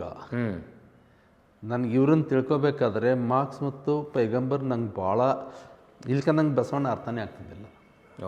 ಇದು ಭಾಳ ವಿರಾಟ್ ಸ್ವರೂಪ ಇದೆ. ಇವ್ರು ಯಾರು ಬೇರೆ ಅಲ್ಲ, ಇವ್ರದ್ದೇನಿದೆಯಲ್ಲ ನೋಡಿ, ನೀವು Basavanna is the final product of this process. ಹೇಳೋದು ಅರ್ಥ ಆಯ್ತಲ್ಲ? ಎಲ್ಲ ಧರ್ಮಗಳ ಫೈನಲ್, ಎಸ್, ಎಲ್ಲ ಪ್ರೊಸೆಸ್ಗಳ ಫೈನಲ್, ಎಲ್ಲ ಧರ್ಮ ಇದ್ದಾವೆ, ಎಲ್ಲ ಧರ್ಮ ಸಾರ ಇದೆ. ಇದು ಬಸವ ತತ್ವವನ್ನು ಯಾರೂ ವಿರೋಧ ಮಾಡಲಿಕ್ಕೆ ಸಾಧ್ಯ ಇಲ್ಲ. ಸರ್, ಹಂಗಿದ್ರೆ ನಮ್ಗೆ ಈ ಗೊಂದಲ ಯಾಕೆ? ಯಾಕೆಂದರೆ ಅಂದ್ರೆ ಈ ಅಷ್ಟಾವರಣ, ಶಟಸ್ಥಲ, ಪಂಚಾಚಾರಗಳು ನಮಗೆ ಸರಳವಾಗಿ ಅರ್ಥ ಆಗಿಲ್ಲನೋ? ಹೌದು. ಅಥವಾ ಇದು ಸ್ಟ್ರಾಂಗ್ ಫಿಲಾಸಫಿ ಇದೆ, ಇದು ಬದುಕು ವಿಧಾನ ಕಲಿಸಿದ್ರೆ ನಮ್ಗೆ ಅನಿಸಿಲ್ವಾ? ಅದಕ್ಕೊಂದು ಕಾರಣ ಇದೆ, ಹೇಳ್ತೀನಿ. ಅದಕ್ಕಿಂತ ಮುಂಚೆ ಒಂದು ಮಾತು ಮರೆಯೋ ಮೊದಲು ಹೇಳ್ತೀನಿ. ಇಲ್ಲೇನು ಒಂದು ಇಷ್ಟಲಿಂಗದ ವೈಜ್ಞಾನಿಕ ಪ್ರಾತ್ಯಕ್ಷಿತೆ ಆದಮೇಲೆ ಜಗತ್ತಿನ ಎಲ್ಲ ಧರ್ಮದವರು, ನನಗೊಂದು ಆಸೆ ಇದೆ, ಎಲ್ಲ ಧರ್ಮದವರು, ಅದು ಇಷ್ಟಲಿಂಗ ಪೂಜೆ ಅಲ್ಲ, ಅದು ಲಿಂಗಾಂಗ ಸಾಮರಸ್ಯ, ಟು ಎಕ್ಸ್ಪೀರಿಯನ್ಸ್ ದ ಲಿಂಗಾಂಗ ಸಾಮರಸ್ಯ. ಆ ಲಿಂಗಾಂಗ ಸಾಮರಸ್ಯಕ್ಕೆ ಸೈನ್ಸ್ ಅದದು. ಆ ಲಿಂಗಾಂಗ ಸಾಮರಸ್ಯದ ಅನುಭವವನ್ನು ಪಡಿಲಿಕ್ಕೆ ಪ್ರತಿಯೊಬ್ಬರೂ ಬಸವ ಕಲ್ಯಾಣದ ನೂತನ ಅನುಭವ ಮಂಟಪಕ್ಕೆ ಬರಲೇಬೇಕು, ಎಲ್ಲ ಧರ್ಮದವರು. ಹೌದು, ಅದು ಸೈನ್ಸ್ ಅದ. ಈಗ ಎಲ್ಲ ಧರ್ಮದವರು MBBSಗೆ ಹೋಗ್ತಾರಿಲ್ಲ, ಎಲ್ಲ ಧರ್ಮದವರು ಎಂಜಿನಿಯರಿಂಗ್, ಕ್ರಿಶ್ಚಿಯನ್ಸ್ ಹೋಗ್ತಾರೆ, ಹಿಂದೂಗಳು ಹೋಗ್ತಾರೆ, ಮುಸ್ಲಿಮ್ಸ್ ಹೋಗ್ತಾರಿಲ್ಲ. Because it is science, it is not religion, it is a science. This building proves Lingayat is not religion, Lingayat is science. ಈಗ ಲಿಂಗಾಯತ್ ಅಂದ್ರೆ ಏನರ್ಥ? ಲಿಂಗಾಯತ ಆಯತ್ ಅಂದ್ರೆ ಏನರ್ಥ? ಒಂದು ಧಾರಣ, ಧಾರಿಸ್ಕೊಳ್ಳೋದಂತ ಅಲ್ಲಿಗೆ ನಿಲ್ಲೋದಿಲ್ಲ. ಆಯತ್ ಅಂದರೆ ಪ್ರಿಯವಾದುದು, ಲಿಂಗಾಯತ್ ಅಂದರೆ ಲಿಂಗಕ್ಕೆ ಪ್ರಿಯವಾಗಿರೋದು. ಅದನ್ನು ಆಯತ್ತ ಮಾಡ್ಕೊಂಡ ಮೇಲೆ ಅದಕ್ಕೆ ಪ್ರಿಯವಾಗುವಾಗ ನಡ್ಕೊಳ್ಳೋದು. ಅದಕ್ಕೇನೆ ದೇವಾನಾಂ ಪ್ರಿಯ ಅಂತ ಅರ್ಥ ಲಿಂಗಾಯತಕ್ಕೆ. ಮತ್ತು ಇಸ್ಲಾಂ ಏನಂತದ ದೇವಾನಾಂ ಪ್ರಿಯ ಆಗ್ಬೇಕಂತಾರಿಲ್ಲ, ಕ್ರಿಶ್ಚಿಯನ್ಸು ಅದೇ ಅಂತಾರಿಲ್ಲ, ಬೌದ್ಧರು ಅದೇ ಅಂತಾರಿಲ್ಲ. ಬೌದ್ಧರಲ್ಲಿ ಏನಿದೆ ಅಗ್ನಾಸ್ಟಿಕ್ ರಿಲಿಜನ್ ಅಂತೇವೆ ನಾವು ಅದಕ್ಕೆ. ದೇವರಂದರೆ ಒಳ್ಳೆತನ ಅಷ್ಟೇ ಅಲ್ಲಿ ಅವರು, ಯಾಕಂದರೆ ಅದು ಅಜ್ಞೇಯವಾದ ಅಂತಿದೆ. ಒಳ್ಳೆಯದಾಗೋದು ಇದೆಯಲ್ಲ, ಇದು ಪ್ರತಿಯೊಂದು ಧರ್ಮದ ಆಸೆ ಇದೆ. ಒಳ್ಳೆಯದಾಗೋದು ಅಲ್ಲಿ ದೇವರು ಇರಲಿ ಬಿಡಲಿ, ಒಳ್ಳೆಯದಾಗೋದು ಭಾಳ ಮುಖ್ಯ. ಎಲ್ಲ ಧರ್ಮಗಳ ಭಾಳ ದೊಡ್ಡ ತೀವ್ರತೆ ಅಂದರೆ ಒಳ್ಳೆಯದಾಗೋದು, ಒಳ್ಳೆಯವನಾಗೋದು. ದೇವಾನಾಂ ಪ್ರಿಯ ಲಿಂಗಾಯತ ಅಂದರೆ ಲಿಂಗಕ್ಕೆ ಪ್ರಿಯನಾಗಿ ಬದುಕೋದು, ಲಿಂಗ ಮೆಚ್ಚಿ ಬೇಕು, ಇದು ಲಿಂಗಾಯತ. ಇದು ಭಾಳ ನೋಡ್ರಿ, ನೀವು ಎಲ್ಲ ಧರ್ಮವನ್ನು ಪ್ರೀತಿಸ್ಬೋದು, ಅವು ಒಂದೇ ಇದ್ದಾವೆ. ಕೆಲವೊಂದು ಭಾಳ ಇನ್ಡೆಪ್ತಾಗಿ ನಿಮ್ಗೆ ತಿಳಿಸ್ಕೊಡ್ತಾವೆ, ಕೆಲವೊಂದು ಸಾಂಕೇತಿಕವಾಗಿ ತಿಳಿಸ್ಕೊಡ್ತಾವೆ. ಇನ್ಡೆಪ್ತಾಗಿ ಎಲ್ಲವನ್ನು ತಿಳಿಸುವ ಧರ್ಮ ಯಾವುದಾದ್ರೂ ಇದ್ರೆ ಲಿಂಗಾಯತ ಧರ್ಮ. ಸರ್, ಇದು ಸೋಕಾಳ್ ಲಿಂಗಾಯತರಿಗೆ ಅರ್ಥ ಯಾಕೆ ಆಗ್ತಿಲ್ಲ, ಹೆಂಗೆ ಆಗಬೇಕು? ಯಾಕೆ ಆಗಲಿಲ್ಲ ಅಂದರೆ ಏನು ಟಫ್ ಇದೆಯಾ ಅದು? ಇಲ್ಲ ನೋಡಿ, ಏನಾಯಿತು, ದುಡಿಯುವ ಜನರು ದರ್ಗಾ ಅವ್ರು ಹೇಳಕ್ಕೆ ಬರ್ಬೇಕಾ? ಇಲ್ಲ, ದರ್ಗಾ ಅವರು ಅಲ್ಲ, ವಚನಗಳನ್ನು ದರ್ಗಾ ಅವರೇ ಹೇಳುವಷ್ಟು ದುಸ್ಥಿತಿಗೆ ಬರಲಿಕ್ಕೆ ಕಾರಣ ಏನು? ನಾವು ಇಲ್ಲ, ವಚನಗಳೇ ಹೇಳ್ತವೆ. ನಾವು ಈಗ ವಚನಗಳು ನಂಗೆ ಹೇಳಿದವು. ವಚನ ನೀವು ವಚನ ಕೂಡ ಮಾತಾಡ್ರಲ್ಲ, ವಚನ ಕೂಡ ಅನುಸಂಧಾನ ಮಾಡಿದರೆ ಎಲ್ಲ ಸರಿ ಬರ್ತಾವೆ. ಅದ್ರಾಗ ಏನಿದೆ? ಇದು ಓಪನ್. ಎಲ್ಲರ ಮನ್ಯಾಗ ವಚನ ಇದಾವಲ್ಲ, ನಾಯಕ್ ಬೇಕದ. ಎಲ್ಲರ ಮನೆ ವಚನ ಪುಸ್ತಕದಲ್ಲಿ ಅದಾವ ಸರ್, ಮಸ್ತಕಕ್ಕೆ ಹೋಗಿಲ್ಲಲ್ಲ.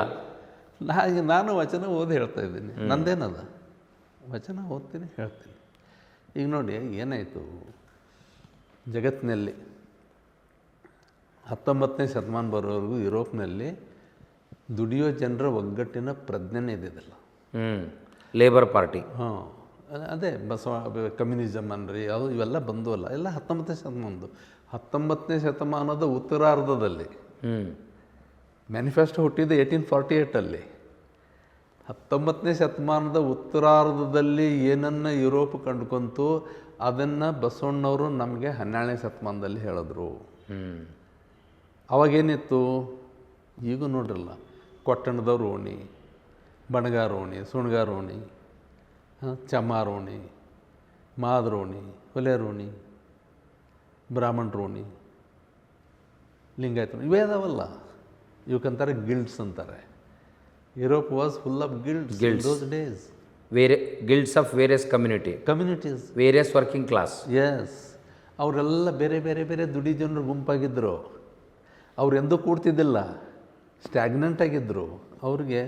ಅವರು ಸಂಪೂರ್ಣವಾಗಿ ಇಮ್ಮೂವೇಬಲ್ ಆಗಿದ್ದರು, ಚಲನಶೀಲತೆ ಕಳ್ಕೊಂಡಿದ್ದರು ಅವರು.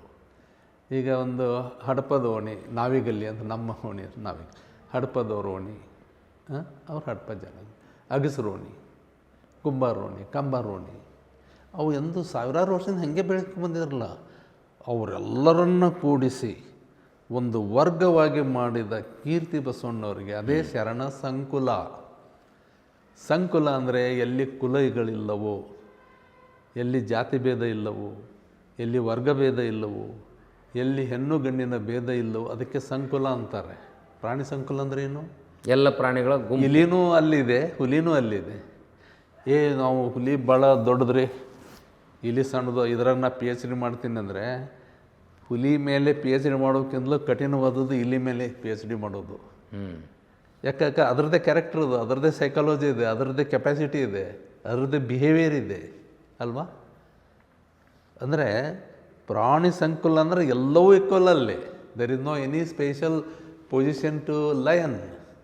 ಇಲ್ಲಿ ಶರಣ ಸಂಕುಲ ಅಂದರೆ ಎಲ್ಲ ಸಮುದಾಯದವರು, ಎಲ್ಲ ಸಮುದಾಯಗಳು, ಎಲ್ಲ ಜನರು, ಎಲ್ಲ ಸಮುದಾಯದವರು ತಮ್ಮ ಮೂಲ ಜಾತಿಯನ್ನು ಎಲ್ಲಿ ಕಳ್ಕೊಂಡ್ರು ಅಂದರೆ ಶರಣರಾದ್ಮೇಲೆ ಕಳ್ಕೊತಾರೆ. ಅದಕ್ಕೆ ಲಿಂಗ ದೀಕ್ಷೆ ಸಾಂಕೇತಿಕವಾಗಿ. ಅದು ಹರಳೆಯ ಮದುವೆ, ಮಕ್ಕಳ ಮದುವೆ, ಅದು ಅಂತರ್ಜಾತಿ ಅಲ್ಲ, ಅದು ಶರಣರ ಮಕ್ಕಳ ಮದುವೆ. ನೋಡಿ ಬಸವಣ್ಣ ಏನು ಹೇಳ್ತಾರೆ, ಉಳ್ಳವರು ಶಿವಾಲಯ ಮಾಡಿಹರು. ಮುಂದೂ ಮಾಡ್ತಾರೆ, ಉಳ್ಳವರು ಶಿವಾಲಯವ ಮಾಡಿಹರು, ನಾನೇನು ಮಾಡಲಿ ಬಡವನಯ್ಯ. He tells about the class, haves and have nots. ಒಂದು ವರ್ಗ ಪ್ರಜ್ಞೆ ಯಾವಾಗ ಬಂತು ಯುರೋಪ್ನಲ್ಲಿ 13ನೇ ಶತಮಾನದಲ್ಲಿ ಮರ್ಕಂಟೈಲ್ ಕ್ಯಾಪಿಟಲ್ ಡೆವಲಪ್ ಆದಾಗ ಬರ್ತದೆ. 100 ವರ್ಷ ಹಿಂದೆ ಬಸವಣ್ಣವರು ಇದನ್ನು ಗುರುತಿಸ್ತಾರೆ. ನಾನೇನು ಮಾಡಲಿ ಬಡವನ್ನೇ ಡಿ ಕ್ಲಾಸ್ಡ್ ಆಗ್ತಾರೆ, ವರ್ಗೀಕರಣಕ್ಕೆ ಬರ್ತಾರೆ. ಅವರು ಪ್ರಧಾನಿಯಾಗಿದ್ದರು. ನಮ್ಮ ಮೈಂಡಲ್ಲಿ ಕ್ಲಾಸ್ ನೇಚರ್ ಇರ್ತದೆ. ಎಷ್ಟೋ ಜನ ಬಡವರಿಗೆ ಅಪ್ಪರ್ ಕ್ಲಾಸ್ ಇರ್ತದೆ ಮೈಂಡು. ನಾ ಬ್ರಾಹ್ಮಣ, ನಾ ಲಿಂಗಾಯತ್, ಹಿಂಗೆಲ್ಲ ಇರ್ತವೆ ಬಡವರಿದ್ದರೂ ಕೂಡ. ಇಲ್ಲಿ ಹೆಂಗಿಲ್ಲ, ನಾನೇನು ಮಾಡಲಿ ಬಡವನಯ್ಯ ಅಂದರೆ ಐಡೆಂಟಿಫಿಕೇಷನ್ ವಿತ್ ಕ್ಲಾಸ್. ಬಸವಣ್ಣವರು ತಾವು ಯಾರ ಜೊತೆ ಗುರುತಿಸ್ಕೊಂಡ್ರು? ಕಟ್ಟಕಡೆ ಮನುಷ್ಯನ ಜೊತೆ. ಉಳ್ಳವರು ಶಿವಾಲಯ ಮಾಡಿಯವರು. ಬಸವಣ್ಣನ ಶಿವಾಲಯವನ್ನು ಬಯಸೋದಿಲ್ಲ. ಎನ್ನ ದೇಹವೇ ದೇಗುಲ ಅಲ್ವಾ, ಶಿರವೇ ಹೊನ್ನ ಕಳಶ. ಅಂದರೆ ಮನುಷ್ಯನೊಳಗೆ ದೇವರನ್ನು ಕೂಡಿಸೋದಿದೆಯಲ್ಲ, ಇದು ಬಹಳ ಮಹತ್ವದ್ದು. ಮನುಷ್ಯರೊಳಗಡೆ ದೇವರನ್ನು ಕೂಡಿಸೋದು ಅಂದ್ರೆ ಕಣ್ಣಿಗೆ ಕಾಣುವ ದೇವರುಗಳಲ್ಲ. 33 ಕೋಟಿ ದೇವರುಗಳಂತಾರೆ ಬಸವಣ್ಣವರು. 33 ಕೋಟಿ ದೇವತೆಗಳು ಎಲ್ಲ ದೇವರಿದ್ದಾವಲ್ಲ, ಎಲ್ಲ ಜೋಡಿಸಿ ಹಾಕಿಬಿಡ್ತಾರೆ. ದೇವರೆಲ್ಲಿದ್ದಾನೆ? ನಿಮ್ಮ ಒಳಗಿದ್ದಾನೆ. ಯಾವ ಫಾರ್ಮ್ನಲ್ಲಿದ್ದಾನೆ? Compassion, empathy, ಜೀವಕಾರುಣ್ಯ. ದಯವೇ ಧರ್ಮದ ಮೂಲವಯ್ಯ, ನಾಟ್ ಕೂಡಲ ಸಂಗಮ ದೇವ. ದಯವೇ ಧರ್ಮದ ಮೂಲವಯ್ಯ ಅಂದರೆ ದೇವರಿದ್ದರೆ ಯಾವ ಫಾರ್ಮ್ನಲ್ಲಿದ್ದಾನೆ? ಒಳಗಿನ ಒಳ್ಳೆತನದ್ದು. ನಿಮ್ಮ ಒಳಗಿನ ಒಳ್ಳೆತನವೇ ದೇವರು. ಇಲ್ಲಿ ನಿಮ್ಮಲ್ಲಿ ಇರುವಂಥ ಅಪರಿಮಿತವಾದಂಥ ಜೀವಕಾರುಣ್ಯ ಇದೆಯಲ್ಲ, ಅದೇ ದೇವರು. ನೋಡಿ, ದೇವರ ಕಲ್ಪನೆ ಎಷ್ಟು ಚೆನ್ನಾಗಿದೆ ಬಸವಣ್ಣಂತ. ಇದನ್ನು ಯಾರು ಒಲ್ಲೆ ಅಂತಾರೆ? ಯಾವ ಮುಸ್ಲಿಮ್ ಒಲ್ಲೆ ಅಂತಾನೆ, ಯಾವ ಸಿಖ್ ಒಲ್ಲೆ ಅಂತಾನೆ, ಯಾವ ಈ ಕ್ರಿಶ್ಚಿಯನ್ ಒಲ್ಲೆ ಅಂತಾನೆ, ಯಾರು ಒಲ್ಲೆ ಅಂತಾರೆ ಹೇಳ್ರಿ? ಒಳ್ಳೆತನವನ್ನು ಯಾರು ಒಲ್ಲೆ ಅಂತಾರ? ಅದೇ ದೇವರು. ಎಷ್ಟು ಸರಳವಾಗಿ ಇದನ್ನು ನಾವು ಇವತ್ತು ಅರ್ಥ ಮಾಡ್ಕೋಬೇಕಾಗಿದೆ. ಇದು ವಿಶ್ವಧರ್ಮ ಅಂತ ನಾನು ಯಾಕೆ ಹೇಳ್ತೀನಿ ಅಂದರೆ, ಇದನ್ನೇ ಬೇರೆಯವ್ರು ಹೇಳಿದ್ದಾರೆ, ಆದರೆ ನಿಮಗೆ ಎಷ್ಟು ಕೂಲಂಕಷವಾಗಿ ಹೇಳ್ತಾ ನಿಮ್ಮನ್ನು ಎಲ್ಲಿವರೆಗೆ ಒಯ್ದುಬಿಡ್ತಾರೆ ಅವರು. ನೋಡಿ, ಈ ಧರ್ಮದಲ್ಲಿ ಸ್ವರ್ಗ ಇಲ್ಲ, ನರಕ ಇಲ್ಲ, ಪುಣ್ಯ ಇಲ್ಲ, ಪಾಪ ಇಲ್ಲ. ಪುಣ್ಯ ಪಾಪ ಇಲ್ಲ, ಇಲ್ಲಿ ಪುನರ್ಜನ್ಮ ಇಲ್ಲ, ಕರ್ಮ ಸಿದ್ಧಾಂತ ಇಲ್ಲ, ಕರ್ಮ ಹರ ಬಸವ. ಪುಣ್ಯ ಪಾಪವೆಂಬ ಉಭಯ ಕರ್ಮವನ್ನಾರು ಬಲ್ಲರು. ದೇಯತಾನೊಂಬಡೆ ದೇಯತ ಮಣ್ಣು, ಜೀವತಾನೊಂಬಡೆ ಜೀವತಾ ಬಯಲು. ಈ ಉಭಯ ನಿರ್ಣಯವ ಕೂಡಲ ಸಂಗನ ಶರಣನೇ ಬಲ್ಲ. ನೋಡಿ, ಸೈನ್ಸ್ ಇದೆ. ಸೈನ್ಸು ಮನುಷ್ಯ ಸತ್ತು ಏನಾಗ್ತಾನೆ? ಮಣ್ಣಾಗ್ತಾನೆ. ಜೀವ ಬಯಲಾಗ್ತದೆ. ಪುಣ್ಯ ಇಲ್ಲ, ಪಾಪ ಇಲ್ಲ, ಸ್ವರ್ಗ ಇಲ್ಲ, ನರಕ ಇಲ್ಲ. ಅಯ್ಯ ಎಂದೊಡೆ ಸ್ವರ್ಗ, ಎಲ್ಲೋ ಎಂದೊಡೆ ಎಲ್ಲ ನಿಮ್ಮೊಳಗೆ ಇದ್ದಾವೆ, ನಮ್ಮೊಳಗೆ ಇದ್ದಾವೆ. ನಮ್ಮೊಳಗೆ ಸ್ವರ್ಗ, ನಮ್ಮೊಳಗೆ ನರಕ. ಸ್ವರ್ಗ ನರಕ ಎಲ್ಲ ನಮ್ಮೊಳಗೆ. ಪುಣ್ಯ ಪಾಪ ನಮ್ಮೊಳಗೆ ಇದ್ದಾವೆ. ನಾವು ಒಳ್ಳೆ ಮಾಡಿದ್ರೆ ಪುಣ್ಯ, ಕೆಟ್ಟದ್ದು ಮಾಡಿದ್ರೆ ಪಾಪ. ಮತ್ತು ನರಕ ಸ್ವರ್ಗ ಎಲ್ಲಿದೆ? ನಾನೇ ನರಕ ಅನುಭವಿಸ್ತೀನಿ. ನಾನು ತಪ್ಪು ಮಾಡಿದ್ರೆ ಇಲ್ಲೇ ನರಕ ಅನುಭವಿಸ್ಬಿಡ್ತೀನಿ, ಒಳ್ಳೇದು ಮಾಡಿದ್ರೆ ಇದೇ ಆನಂದ ಅನುಭವಿಸ್ಬಿಡ್ತೀನಿ. ಇಷ್ಟು ಅದ್ಭುತವಾಗಿ ನಿಮಗೆ ಸ್ವರ್ಗ ನರಕಗಳ ಕಲ್ಪನೆ ಕೊಡ. ಅಲ್ಲಿ ಮೆಟಾಫರಾಗಿ ಯೂಸ್ ಆಗ್ತವೆ ಬೇರೆ ಧರ್ಮದಲ್ಲಿ. ಇಲ್ಲಿ ನಿಮ್ಮ ಸೈಕಾಲಜಿಯಾಗಿ ಯೂಸ್ ಆಗ್ತದೆ. ಇಲ್ಲಿ ರೂಪಕಗಳಿದ್ದಾವೆ. ಇಲ್ಲಿ ಮನಸ್ಸೇ ಸ್ವರ್ಗ, ಮನಸ್ಸೇ ನರಕ, ಮನಸ್ಸೇ ಪುಣ್ಯ, ಮನಸ್ಸೇ ಪಾಪ. ಯಾವ ಕರ್ಮ ಇಲ್ಲ, ಯಾವ ಪುನರ್ಜನ್ಮ ಇಲ್ಲ, ಯಾವ ಏನೇನಿಲ್ಲ ಇಲ್ಲಿ. ಕೈಲಾಸವೆಂಬುದೇನೋ ಪೃಥ್ವಿಯ ಮೇಲೊಂದು ಮೊರಡಿ, ಡ್ರೈ ಲ್ಯಾಂಡ್. ಯಾವ ಸ್ವರ್ಗ ಇದೆ ಇಲ್ಲಿ? ನಿಮ್ಮೊಳಗೆ ಸ್ವರ್ಗ, ನಿಮ್ಮೊಳಗೆ ನರಕ, ನಿಮ್ಮೊಳಗೆ ಒಳ್ಳೆಯದು, ಎಲ್ಲವೂ ಮನುಷ್ಯನೊಳಗೆ. ದೇವರು ಮನುಷ್ಯನೊಳಗೆ, ನರಕನೂ ಮನುಷ್ಯನೊಳಗೆ. ಎಲ್ಲ ನಿಮಗೆ ಮನುಷ್ಯ ಬಿಟ್ಟು ಇಲ್ಲವೇ ಇಲ್ಲ ಇಲ್ಲಿ. ಮನುಷ್ಯನ ದೇಹ ಮತ್ತು ಮನಸ್ಸು ಎರಡೇ. This philosophy is of to body and mind. ಅವರು ಇದನ್ನು ನಾವು ಅರ್ಥ ಮಾಡ್ಕೋಬೇಕಾಗಿದೆ. ಇವತ್ತು ನಾವು ಇದನ್ನೇನು ನಮ್ಮ ಸರ್ಕಾರ ಇವತ್ತು ಮಾಡಿದೆ, ಏನು ನಮ್ಮ ಕನಸು ಇದ್ದು, ಆ ಕನಸು ನಿಜಕ್ಕೂ ನಮ್ಗೆ ನೋಡಿ, ಸಾಂಸ್ಕೃತಿಕ ನಾಯಕ ಬಸವಣ್ಣ ಸುಮ್ಮನೆ ಅಲ್ಲ. ಸಾಂಸ್ಕೃತಿಕ ನಾಯಕ ಬಸವಣ್ಣ ಅನ್ನೋದನ್ನು ಇದು ಪ್ರೂವ್ ಮಾಡ್ತದೆ. ನೂತನ ಅನುಭವ ಮಂಟಪ ಏನು ಪ್ರೂವ್ ಮಾಡ್ತದಂದರೆ, ನಿಮ್ಮ ಸಾಂಸ್ಕೃತಿಕ ನಾಯಕ ಅಲ್ಲಪ್ಪ, ಜಗತ್ತಿನ ಸಾಂಸ್ಕೃತಿಕ ನಾಯಕ ಅಂತ ಪ್ರೂವ್ ಮಾಡ್ತದೆ ಇದು. ಈ ಒಂದು ಅನುಭವ ಮಂಟಪ ಬಸವಾದಿ ಶರಣರು ಎಲ್ಲರೂ ಬರ್ತಾರೆ, ಲಕ್ಷ ಮೇಲೆ 96,000. ಎಲ್ಲ ನೀವು ಬುದ್ಧ ಅನ್ರಿ, ಅಂಬೇಡ್ಕರ್ ಅನ್ರಿ, ನೀವು ಪೈಗಂಬರ್ ಅನ್ರಿ, ಗುರುನಾನಕ್ ಅನ್ರಿ, ಎಲ್ಲರೂ ಇದ್ರಲ್ಲಿ ಬಂದುಬಿಡ್ತಾರೆ. ಇದು ಒಳಗೊಳ್ಳುವ ಧರ್ಮ ಇದೆಯಲ್ಲ, ಇನ್ಕ್ಲೂಸಿವ್ ಫಿಲಾಸಫಿ, ಇನ್ಕ್ಲೂಸಿವ್ ಕಲ್ಚರ್, ಒಳಗೊಳ್ಳುವ ಸಂಸ್ಕೃತಿ, ಒಳಗೊಳ್ಳುವ ತತ್ವಜ್ಞಾನ ಇಲ್ಲಿ ಹೊರಗೆ ಇಲ್ಲ.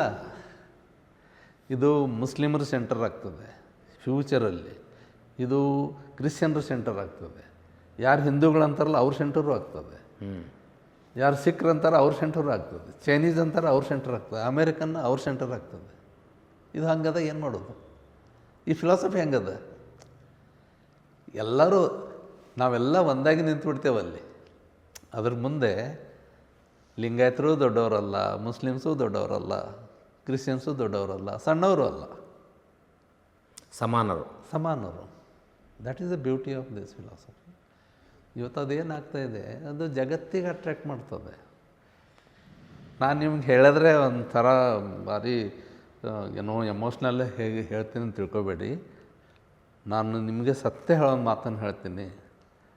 ಇದು ಒಂದು 20-30 ವರ್ಷದಲ್ಲಿ ಸೆಂಟರ್ ಆಫ್ ಇಂಡಿಯಾ ಆಗ್ತದೆ.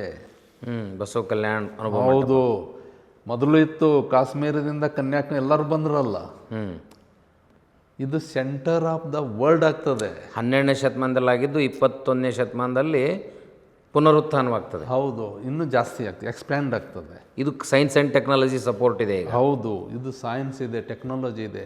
ಈಗ ನೋಡಿ, ಮಾಡರ್ನ್ ಕಮ್ಯುನಿಕೇಷನ್ ಇದೆ. ಏನೂ ಇರಲಾರ್ದಾಗ ಅಷ್ಟಾಗಿತ್ತಲ್ಲ, ಕಮ್ಯುನಿಕೇಷನ್ ಇಲ್ದಾಗ ಅಷ್ಟಾಗಿದೆ. ಇದು ಏನಂದ್ರೆ ಇದನ್ನು ಅಪ್ಕೊಳ್ಳದೆ ಇರ್ಲಿಕ್ಕೆ ಆಗಲ್ಲ ನಿಮಗೆ. ನಿಮಗೆ ಇದನ್ನು ಯಾವ ಕಾರಣಕ್ಕೆ ತಿರಸ್ಕಾರ ಮಾಡ್ಬೇಕು? ಮನುಷ್ಯನಿಗೆ ನೆಮ್ಮದಿಯನ್ನು ಕೊಡ್ತದೆ. ನೀನು ನಮಾಜ್ ಮಾಡಪ್ಪ, ನೀನು ಚರ್ಚಿಗೆ ಹೋಗು, ನೀನು ಗುರುದ್ವಾರಕ್ಕೆ ಹೋಗು, ನೀನು ಎಲ್ಲಾದರೂ ಹೋಗು, ಆದರೆ ಇಲ್ಲಿ ಬಂದಾಗ ನೀವು ಒಂದೇ ಇರ್ತೀಯ. ವೇದಾಗಮಗಳನ್ನು ಓದುವುದು, ಬಸವಣ್ಣ ಹೇಳ್ತಾರೆ, ವೇದಾಗಮಗಳನ್ನು ಓದುವುದು, ನುಡಿದಂತೆ ನಡೆಯುವುದು. ಪ್ರಾಬ್ಲಮ್ ಇಲ್ಲಿದೆ. ಎಲ್ಲ ಮನುಷ್ಯ ಒಂದ್ಮೇಲೆ ಇರು. ಎಲ್ಲಿದೆ? ಬಡ ಮುಸ್ಲಿಮರು, ಶ್ರೀಮಂತ ಮುಸ್ಲಿಮರು, ಬಡ ಕ್ರಿಶ್ಚಿಯನ್, ಶ್ರೀಮಂತ ಕ್ರಿಶ್ಚಿಯನ್ಸ್ ಇದ್ದಾರೆ, ಬಡ ಲಿಂಗಾಯತರು, ಶ್ರೀಮಂತ ಲಿಂಗಾಯತ ಇದ್ದಾರೆ. ಎಲ್ಲಿದೆ ಧರ್ಮ ಹೇಳ್ರಿ? ಬಡ ಹಿಂದೂಗಳು, ಶ್ರೀಮಂತ ಹಿಂದೂಗಳು ಇದ್ದಾರೆ. ಯಾವ ಧರ್ಮ ಅದ? ನೀವು ಅದೇ ಧರ್ಮ ತೊಗೊಳ್ರಿ, ಬಡವರು ಶ್ರೀಮಂತರು ಅದಾರ, ಮನುಷ್ಯ ಒಂದೇ ಆಗಬೇಕಲ್ಲ.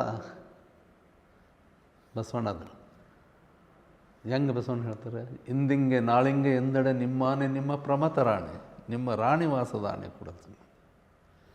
ಅನ್ನದೊಳಗೊಂದಗಳು, ಹೊನ್ನಿನೊಳಗೊಂದವರಿಗೆ ಯಾವ ರೀತಿಯಾಗಿ ಅವರು ನಿಮಗೆ ಒಂದು ಕಲ್ಪನೆಯನ್ನು ಕೊಡ್ತಾರೆ. ಅದನ್ನು ನಾವು ಸೀರೆ ಅಂದರೆ ಬಟ್ಟೆ, ಸೀರೆ ಒಳಗೊಂದು ಎಳೆಯ ಒಂದು ನೂಲು ಕೂಡ ನಾನು ನಾಳೆಗೆ ಬಯಸೋದಿಲ್ಲ, ಅನ್ನೋದ್ರೊಳಗೆ ಒಂದು ಅಗಳು ನಾಳೆಗೋಸ್ಕರ ಬಯಸೋದಿಲ್ಲ. ಅಂದರೆ ಇಡೀ ಸಮಾಜಕ್ಕೆ ಇದು ಈಕ್ವ್ಯಾಲಿಟಿ. ನಿಮ್ದು ಯಾವುದು ಹೊನ್ನಿನೊಳಗೊಂದು ಹೊರೆ ಇಲ್ಲ, ಹೊರಗಲ್ಗೆ ಹೆಸ್ತಾರಲ್ಲ ಒಂದು ಸಣ್ಣ ಕಣ, ನನಗೆ ನಾಳೆದು ಬೇಡ. ಸೀರೆ ಒಂದು ಎಳಿ ಬಟ್ಟೆ, ಸೀರೆ ಅಂದರೆ ಬಟ್ಟೆ ಇಲ್ಲಿ ಬೇಡ. ಅನ್ನೋದ್ರೊಳಗೆ ಒಂದು ಅಗಳು ನನಗೋಸ್ಕರ ಬೇಡ. ಅಂದ್ರೆ ಇದು ಏನು ದಾಸೋಹ ಪರಿಕಲ್ಪನೆ ಎಷ್ಟು ವಿಶಾಲ ಅದ. ಇದು ಅಲ್ಟಿಮೇಟ್ ರೀ. Basava philosophy is ultimate. Sir, ಅಲ್ಲಿ ತಾವು ಮೊದಲು ಅಷ್ಟಾವರಣ, ಶಟಸ್ಥಲ, ಪಂಚಾಚಾರ ಮತ್ತೆ ಶಟಸ್ಥಲ ಒಂದು ಜರ್ನಿ ಹೌದು ಪರಿಪೂರ್ಣ ಆಗಲಿಕ್ಕೆ. ಹೌದು. ಅದರ ಆಧಾರವಾಗಿ ಮತ್ತೆ 3 ಸಿದ್ಧಾಂತಗಳು ನಮ್ಮ ಕಣ್ಮುಂದಿದಾವೆ ಸರ್. ಕಾಯಕ, ದಾಸೋಹ, ಅನುಭವ ಅಥವಾ ಇಷ್ಟಲಿಂಗ. ಇದು ಹೇಗೆ ಅದನ್ನು ಕೋರಿಲೇಟ್ ಮಾಡಿದ್ರು? ಇದು ಏನಂದರೆ ಆ್ಯಕ್ಚುಲಿ ತ್ರಿವಿಧ ದಾಸೋಹ ಅಂತ ಹೇಳ್ತೇವೆ.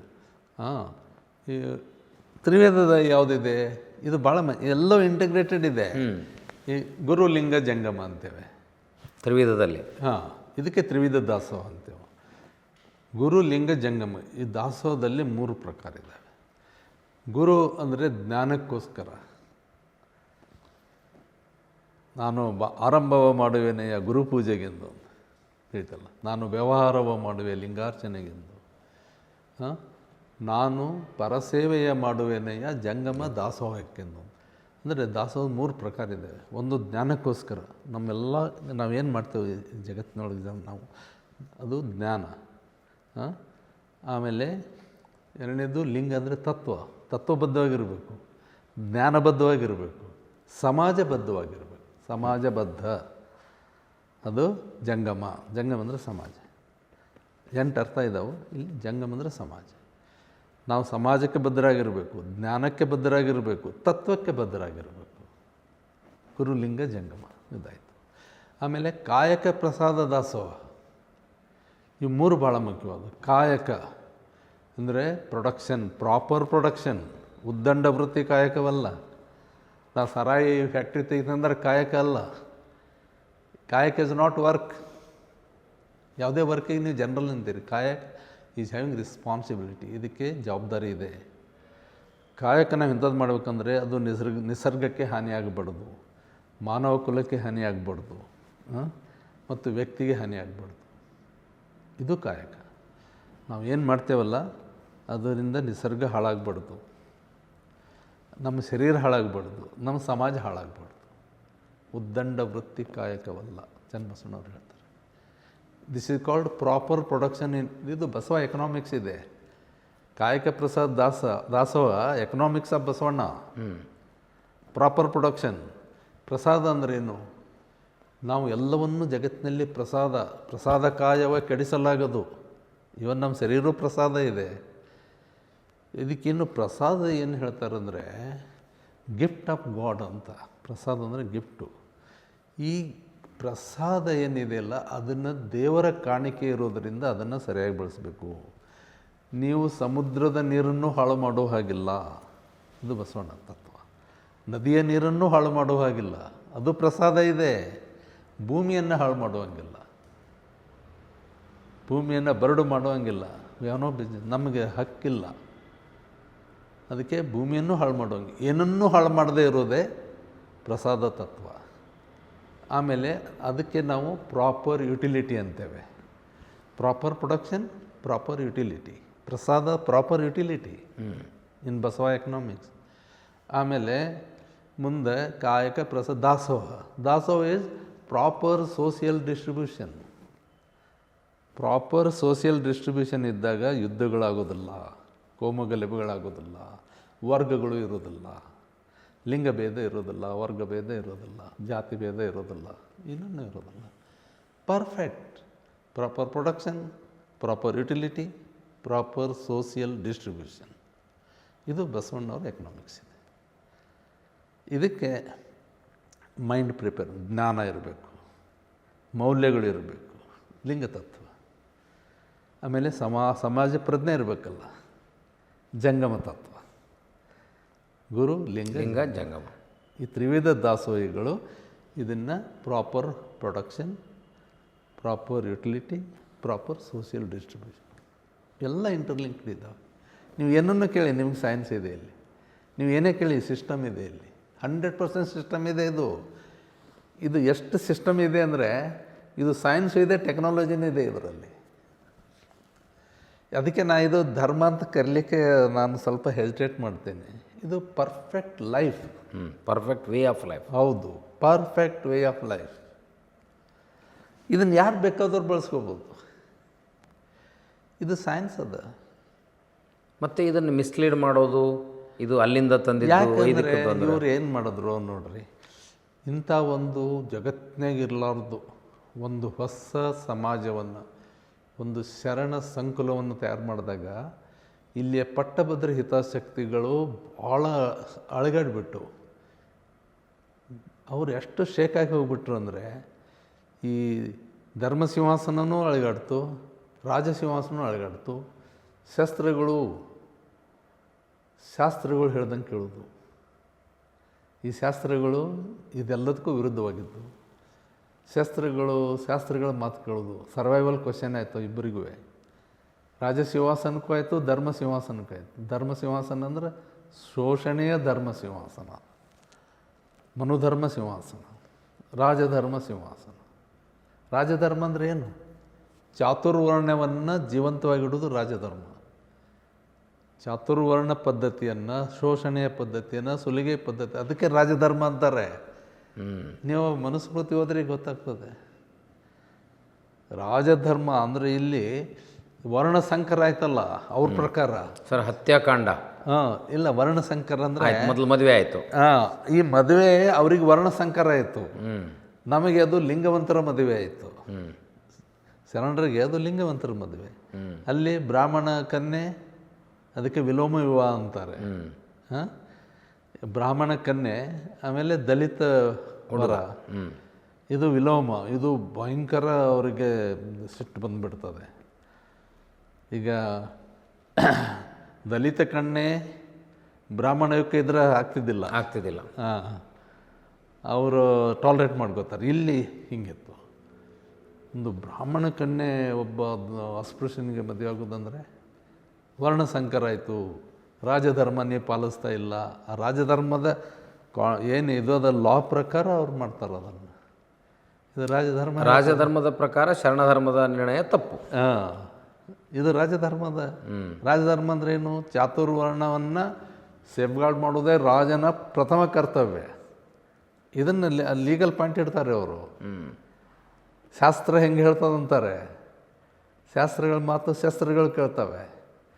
ಭಾರತದಲ್ಲಿ ಯಾವಾಗಲೂ ಶಾಸ್ತ್ರ ಮತ್ತು ಶಸ್ತ್ರಗಳು ಜೊತೆಯಾಗಿಯೇ ಇರ್ತವೆ. ಓನ್ಲಿ ಬಸವ ತತ್ವ, ಬಸವ ಭಾರತ ಆಗಬೇಕು.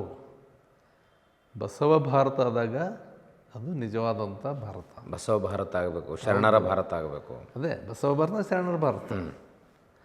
ಶರಣರ ಭಾರತ ಅಂದ್ರೆ ದುಡಿಯೋ ಜನರ ಭಾರತ.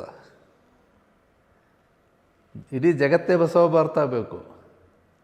ಇಡೀ ಜಗತ್ತೇ ದುಡಿಯುವ ಇಡೀ ಜಗತ್ತೇ ಬಸವ ತತ್ವದ ಮೇಲೆ ನಿಲ್ಲಬೇಕು. ಅಂದರೆ ದುಡಿಯುವ ಜನರ ತತ್ವದ ಮೇಲೆ ಜಗತ್ತು ನಿಲ್ಲಬೇಕು. The world belongs to working class. ಇದನ್ನು ಫಸ್ಟ್ ಯಾರು ಡಿಕ್ಲೇರ್ ಮಾಡಿದ್ರು? ಕಟ್ಟ ಕಡೆ ಮನುಷ್ಯನನ್ನು ಮೊಟ್ಟ ಮೊದಲು ಯಾರು ಗುರುತಿಸಿದ್ರು? ಬರೇ ಒಂದು ಕರುಣೆಯಿಂದ ಗುರುತಿಸೋದಲ್ಲ, ಸೋಷಿಯಾಲಜಿಯಿಂದ, ಸೈಕಾಲಜಿಯಿಂದ, ಎಕನಾಮಿಕ್ಸ್ ಮೂಲಕ, ಆಂಥ್ರೋಪಾಲಜಿ ಮೂಲಕ, ನೇಚರ್ ಮೂಲಕ, ಹಿಂಗೆ ಗುರುತಿಸ ಬಸವಣ್ಣ. ಅದಕ್ಕೆ ನಾನು is leader of the world. ಜಗಜ್ಯೋತಿ ಯಾಕಂತೇವೆ? ಲಿಂಗಾಯತರ ಜ್ಯೋತಿ ಅಂತೇವ? ಇಲ್ಲ. ಏನು ಭಾರತ ಜ್ಯೋತಿ ಅಂತೇವ, ಕರ್ನಾಟಕ ಜ್ಯೋತಿ ಅಂತೇವ, ಜಗಜ್ಯೋತಿ ಅಂತೇವೆ. Light of the world. ಸುಮ್ಮನೆ ಹೇಳಿಲ್ಲ, ಇದು ಇದೆ. ಅದು ಸುಮ್ಮನೆ ಕಲ್ಪನೆ ಅಲ್ಲ. ಇದಕ್ಕೆ ಲಿಂಗಾಯತರು ಈ ಫಿಲಾಸಫಿನ ಇಡ್ತಾರೋ ಬಿಡ್ತಾರೋ ನನಗಂತೂ ಗೊತ್ತಿಲ್ಲ. But the world will take this. ಇದು ಒಂದು ದೀಪಸ್ತಂಭ ಇಲ್ಲಿದೆ. ಅನುಭವ ಮಂಟಪ ಅದಕ್ಕೊಂದು ದೀಪಸ್ತಂಭ. ಜಗತ್ತಿನ ದೀಪಸ್ತಂಭ, ಜಗತ್ತಿನ ಜನಸಾಗರದ ದೀಪಸ್ತಂಭ ಆಗುತ್ತೆ ಸರ್. ಅದಕ್ಕೆ ಬೇಕಾಗಷ್ಟು ಕೋಟಿಗಟ್ಟಲೆ ಹಣ ವ್ಯಯ ಆದರೂ ಕೂಡ ಏನು ಹಣ ಏನೂ ಅಲ್ಲ. 650 ಕೋಟಿ. ಓಕೆ, ಇನ್ನೊಂದಿಷ್ಟು ಮಾಡಿರಿ 1000 ಕೋಟಿ. 1000 ಕೋಟಿ nothing to the welfare of world. ಮತ್ತೆ ಇದು ವೇಸ್ಟ್ ಅಲ್ಲ. It's like a science and research centre. ಹೌದು, ಇದು ವೇಸ್ಟ್ ಹೆಂಗಂತೀರ? 1000 ಕೋಟಿ ಆಗಲಿ, ಇದು ಸ್ಥಾವರ ಅಲ್ಲ. ಇದು ವೇಸ್ಟ್ ಆಗಿರುವಂಥ ಒಂದು ಸ್ಥಾವರ ಅಲ್ಲ, ಅದು ಲೈವ್ ಇದೆ. ಅದಕ್ಕೆ ಸ್ಥಾವರ ಅನ್ನೋದು, ಅದಕ್ಕೆ ನಾನು ಹೇಳೋದು, ಬಸವಣ್ಣ ಸ್ಥಾವರ ಜಂಗಮ ಒಂದೇ ಎಂಬೆ ಅನ್ನೋದು ಹೇಳ್ತಾರಲ್ಲ. ಯಾಕೆ ಹೇಳ್ತಾರೆ? ಸ್ಥಾವರ ಕಳಿವುಂಟು, ಜಂಗಮ ಕಳಿವಿಲ್ಲ. ಇನ್ನೊಂದು ವಚನದಾಗ ಏನು ಹೇಳ್ತಾರೆ? ಸ್ಥಾವರ ಜಂಗಮ ಒಂದೇ ಎಂಬೆ. ಇದು ಸ್ಥಾವರ ಅಲ್ಲ, ಯಾಕಂದರೆ ಇದರೊಳಗೆ ಒಂದು ಜಂಗಮ ತತ್ವ ಇದೆ. ಮ್ಯಾಟರ್ ಆ್ಯಂಡ್ ಎನರ್ಜಿ ಹೇಳಂಗಿಲ್ಲ, ಮ್ಯಾಟರ್ ಆ್ಯಂಡ್ ಎನರ್ಜಿ. ಸರ್, ಅದಕ್ಕೆ ತಾವು ಅಲ್ಲಿ ಇದ್ರದ್ದು ಮೊದಲನೇ ಸಮಿತಿಗೆ ಇದ್ರಿ, ಆಮೇಲೆ ಮುಂದೆ ಹೇಗಿರಬೇಕು ಕಲ್ಯಾಣ ಮಂಟಪ, ಇದು ಅನುಭವ ಮಂಟಪ ಅನ್ನೋದಕ್ಕೆ ಈ ಸಮಿತಿಯಲ್ಲೂ ತಾವು ಕ್ರಿಯಾಶೀಲವಾಗಿ. ನಾನು ಯಾವಾಗಲೇ ಪ್ಲೀಡ್ ಮಾಡೋದು ಇಂಥದ್ದೇ ಪ್ಲೀಡ್ ಮಾಡಿದ್ದೀನಿ. But I am very happy. ನಮ್ಮ ಎಲ್ಲ ಗೆಳೆಯರು ಎಲ್ಲರೂ ತುಂಬ ಕನ್ಸರ್ನ್, ಒಂದು ಕಾಳಜಿ ಇದ್ದವರು ಇದ್ದಾರೆ. ನಾನೇ ಹೇಳಿದ್ದೀನಿ ಅಂತ ನಾನು ಹೇಳೋದಿಲ್ಲ, ಬಟ್ ಸತ್ಯವನ್ನು ಒಪ್ಕೊಂಡಿದ್ದಾರೆ ಅವರು. ಭಾಳ ಪೇಷನ್ಸ್, ತುಂಬ ನಾವು ಏನೇ ಹೇಳಿದ್ರೂ ಕೂಡ ಸಮೂಹ ಜ್ಞಾನದಿಂದ ನಾವು ಹೇಳ್ತಿರ್ತೇವೆ. ಯಾಕಂದರೆ ಬಸವಣ್ಣ ಕಲಿಸಿ ಸಮೂಹ ಜ್ಞಾನ. ನೋಡಿ, ಎಲ್ಲ ಧರ್ಮದಲ್ಲಿ ಒಬ್ಬೊಬ್ಬರೇ ಧರ್ಮಸ್ಥಾಪಕರು ಇದ್ದಾರೆ. ಇಲ್ಲಿ 770 ಜನ ಇದ್ದಾರಲ್ಲ. ಹಾಂ, ಲೀಡರ್ಶಿಪ್ ಅನ್ನೋದಿಲ್ಲ, ಗಣ ಇಸ್ ಡಿಸೆಂಟ್ರಲೈಸ್ಡ್. ಇದು ಅಮರ ಗಣಗಳು 770, all cross section of society leaders. Like our modern parliament, beyond that. Yes, beyond 770 ಎಲ್ಲಿದೆ ಜಗತ್ತಿನ ಯಾವ ಪಾರ್ಲಿಮೆಂಟ್ನಾಗ 770 ರಿಪ್ರೆಸೆಂಟೇಟಿವ್ ಇದ್ದಾರೆ. ಬಟ್ ಇನ್ ಬಸವಾಸ್ ಪಾರ್ಲಿಮೆಂಟ್ 770 ಅಷ್ಟಿದ್ದು. ಆಮೇಲೆ ಇದು ಏನು ಅವ್ರದ್ದು ಘನತೆ ಅಂಥದ್ದು. ಒಂದು ವಚನ ಹೊರಗೆ ಬರಬೇಕಾದ್ರೆ ಎಷ್ಟು ಮೂಸೆಯಲ್ಲಿ ಹಾಯ್ದು ಬರ್ತಾವೆ ಗೊತ್ತವು. ಪ್ರೊಸೆಸ್, ಹಾಂ, ದೊಡ್ಡ ಪ್ರೊಸೆಸ್ ಇದೆ. ಅವು ಸುಮ್ಮನೆ ಬಂದಿಲ್ಲ. ನೋಡಿ ಸರ್, ನಮಗೆ ಶರಣರಿದ್ದಾರೆ, ವಚನಗಳನ್ನ ಸಾಕ್ಷಿಯಾಗಿ ಇಟ್ಟೋಗಿದ್ದಾರೆ. 25,000ವರೆಗೆ ವಚನಗಳಿದ್ದಾವೆ. ಇದ್ದಾವೆ. ಬಟ್ ಏನು ಮಾಡಿದ್ದಾರೆ ಇವರು? ಭಾಳ ಹಾಳು ಮಾಡಿದ್ದಾರೆ. 15ನೇ ಶತಮಾನದಿಂದ ಭಾಳ ಪ್ರಕ್ಷಿಪ್ತ ವಚನಗಳನ್ನು ಸೇರಿಸಿದ್ದಾರೆ, ಶಬ್ದಗಳನ್ನು ತೆಗೆದಿದ್ದಾರೆ. 500 ವರ್ಷಗಳಿಂದ ನಿರಂತರವಾಗಿ ವಚನಗಳ ಮೇಲೆ ದಾಳಿ ನಡೆದಿದೆ. ಇವರೆಲ್ಲ ಸೇರಿಸ್ಕೊಂಡು ಇದು 10,000 ವಚನಗಳು 12ನೇ ಶತಮಾನದ ನಂತರ. ಆವಾಗ ಸಿಕ್ಕಿದ್ದು 15,000ದಷ್ಟು ವಚನಗಳು. ಈ ಕಡೆ ಏನು ನೋಡಿ, ಯಾವಾಗ 12ನೇ ಶತಮಾನದ ವಚನಕಾರರಲ್ಲಿ 90% ಜನ SC ST OBC ಬ್ಯಾಕ್ಗ್ರೌಂಡಿಂದ ಬಂದಿದ್ದಾರೆ. ಮಹಿಳೆಯರು ಬಂದಿದ್ದಾರೆ. 33 ಸಿಕ್ಕಿದೆ. ಎಷ್ಟು ಜನ ಇದ್ರೂ ಗೊತ್ತಿಲ್ಲ. 33 ಈಗ ಸಿಕ್ಕಿದ್ದಾವೆ ಮಹಿಳೆಯರು. ತದನಂತರ ಒಬ್ಬ ಮಹಿಳೆಯು ವಚನಕಾರ್ತಿಯಾಗಿ ಸಿಕ್ಕಿಲ್ಲ. ಒಬ್ಬ SC ST OBC ಮೇನೂ ವಚನಕಾರನಾಗಿ ಸಿಕ್ಕಿಲ್ಲ. ಮುಂದೆ ಮಠದ ಪ್ರಾಡಕ್ಟ್ ಆಗಿದ್ದವು. ಅದಕ್ಕೆ ನಾನು 12ನೇ ಶತಮಾನದ ವಚನಗಳೇ. ಅದರಲ್ಲಿ ಏನು ಮಾಡಿದ್ದಾರೆ, ಸಿಕ್ಕಾಪಟ್ಟೆ ಸೇರಿಸ್ಬಿಟ್ಟಿದ್ದಾರೆ. ಎಲ್ಲ ಹೀಗೆ ವಚನಗಳ ಪರಿಷ್ಕರಣೆನೂ ಆಗಬೇಕು, ಭಾಳ ಆಗಬೇಕು. ವಚನ ತತ್ವ ಇಟ್ಕೊಂಡು ಆ ವರೆಗಲ ಮೇಲೆ ವಚನಗಳನ್ನು ಇಟ್ಕೋಬೇಕು. ಇವರೆಲ್ಲರೂ ಸೇರ್ಸ್ಕೊಂಡ್ಬಿಟ್ಟಿದ್ದಾರೆ. ನಮ್ಮ ಯೂನಿವರ್ಸಿಟಿ ಮಂದಿ ಏನು ಮಾಡಿದ್ದಾರೆ, ಇವರೆಲ್ಲನೂ ನಾ ಅವ್ರಿಗಿಂತಲೂ ಜಾಸ್ತಿ ಮಾಡಿದೆ, ಇವ್ರಿಗಿಂತಲೂ ಜಾಸ್ತಿ ಮಾಡಿದೆ. ಜಾಸ್ತಿ ಮಾಡ್ಲಂಗೆ ಬೇಕಾಗಿಲ್ಲ. ಯಾವ ಅತ್ಯಂತ ನಿಖರವಾಗಿದ್ದಾವೆ ಮತ್ತು ಅದ್ರಾಗ ಇವ್ರು ಹೆಂಗೆ ಸೇರಿಸಿ ಎಲ್ಲ ತೆಗೆದು ಪಾಠಾಂತರಗಳಿದೆ. ಒಂದೊಂದು ವಚನಕ್ಕೆ 10-20 ಪಾಠಾಂತರಗಳಿದ್ದಾವೆ. ಬರೀ ಜನಪ್ರಿಯ ಆವೃತ್ತಿಯಿಂದ ವಚನಗಳು ಜೀವಂತ ಉಳಿಯೋದಿಲ್ಲ. ನಾವು ಯಾರು ಕೇಳ್ತಾರೋ ನಾವು ಹೇಳ್ತೇವೆ. ನಮಗೆ ವಿದ್ವತ್ ಸಂಪುಟಗಳು ಬೇಕಾಗಿದ್ದಾವೆ. ಆ ವಿದ್ವತ್ ಸಂಪುಟಗಳಿಂದ ಆ ವಿದ್ವತ್ ಸಂಪುಟಗಳು ಈ ಒಂದು ವಚನಕ್ಕೆ 100 ಪಾಠ ಅಂತಿದ್ರು ಕೆಳಗಡೆ ಬರಬೇಕು. ಯಾವ ಶಬ್ದ ಇಲ್ಲಿ ಬೇರೆ ಬೇರೆ ಆಗಿದೆ ಎಲ್ಲ ಕೆಳಗಡೆ ಬರ್ತದೆ. ಆ ರೀತಿಯಾದ ವಿದ್ವತ್ ಕೃತಿಗಳು ನಮ್ಗೆ ಬೇಕಾಗಿದೆ. ಆಮೇಲೆ ಯಾವ ವಚನ ಸೇರಿಸಿದ್ದಾರೆ ಗೊತ್ತಾಗ್ತದೆ ನಿಮಗೆ. ವಚನಗಳು ಹೇಳ್ತವೆ, ನಾ ಇದು ಅಲ್ಲ ಅಂತ ಹೇಳ್ತವೆ. ಈ ಶಬ್ದ ಸೇರಿಸ್ಯಾರ ನನ್ನ ಇದ್ರೊಳಗೆ ಅಂತ ಹೇಳ್ತಾವೆ. ನಾವು ಆ ವಚನಗಳು ಕೂಡ ಮಾತಾಡೋದಿಲ್ಲಲ್ಲ. ವಚನಗಳ ಜೊತೆ ಮಾತಾಡೋದನ್ನು ನಾವು ರೂಢಿಸ್ಕೊಳ್ಬೇಕು. ವಚನಗಳು ಮಾತಾಡ್ರೆ ಎಲ್ಲ ಹೇಳ್ತಾವೆ. ಎಲ್ಲಿ ಮೋಸ ಮಾಡಿದ್ದಾರೆ ಹೇಳ್ತಾವೆ. ಅವು ಪ್ರಕ್ಷಿತವಾಗಿ ನಾವು ಅಲ್ಲ ಸುಮ್ಮನೆ ತಂದು ಸೇರ್ಯಾರ ಅಂತ ಹೇಳ್ತಾವೆ. ಎಲ್ಲ ಹೇಳ್ತಾವೆ. We must learn how to talk to vachanas. ವಚನಗಳೊಳಗಡೆ ಮಾತನಾಡೋದನ್ನು ಮೊದಲು ಕಲಿಬೇಕು. ಅದು ಮಾಡ್ತಾ ಇಲ್ಲ ಸರ್. ಭಾಳ ಅರ್ಥಗರ್ಭಿತವಾದ ಮಾತುಗಳನ್ನು ಮತ್ತು ಇದಕ್ಕೆ ಸಂಬಂಧಪಟ್ಟಂಥ ನಮ್ಮ ಆಶಯಗಳು, ಅಷ್ಟಾವರಣ, ಪಂಚಾಚಾರ, ಶಟಸ್ಥಲ, ಈ ಮಾರ್ಗಗಳ ಮೂಲಕ ವಚನಗಳನ್ನು ಓದುವ ಕ್ರಮವನ್ನು ತಾವು ವಿಭಿನ್ನವಾಗಿ ಹೇಳಿ ಅದಕ್ಕೆ ನೀವು ಕಟ್ಟುವಂಥ ಅನುಭವ ಮಂಟಪ ಹೇಗೆ ಸಾಕ್ಷಿಯಾಗ್ತದೆ ಅನ್ನೋದು ಹೇಳಿದ್ರಿ. ತಮ್ಮ ಈ ಒಂದು ವಿಸ್ತಾರ ನೋಟಕ್ಕೆ ವಚನ TV ಪರವಾಗಿ ಅನಂತ ಶರಣಾರ್ಥಿಗಳು. ಶರಣಾರ್ಥಿ.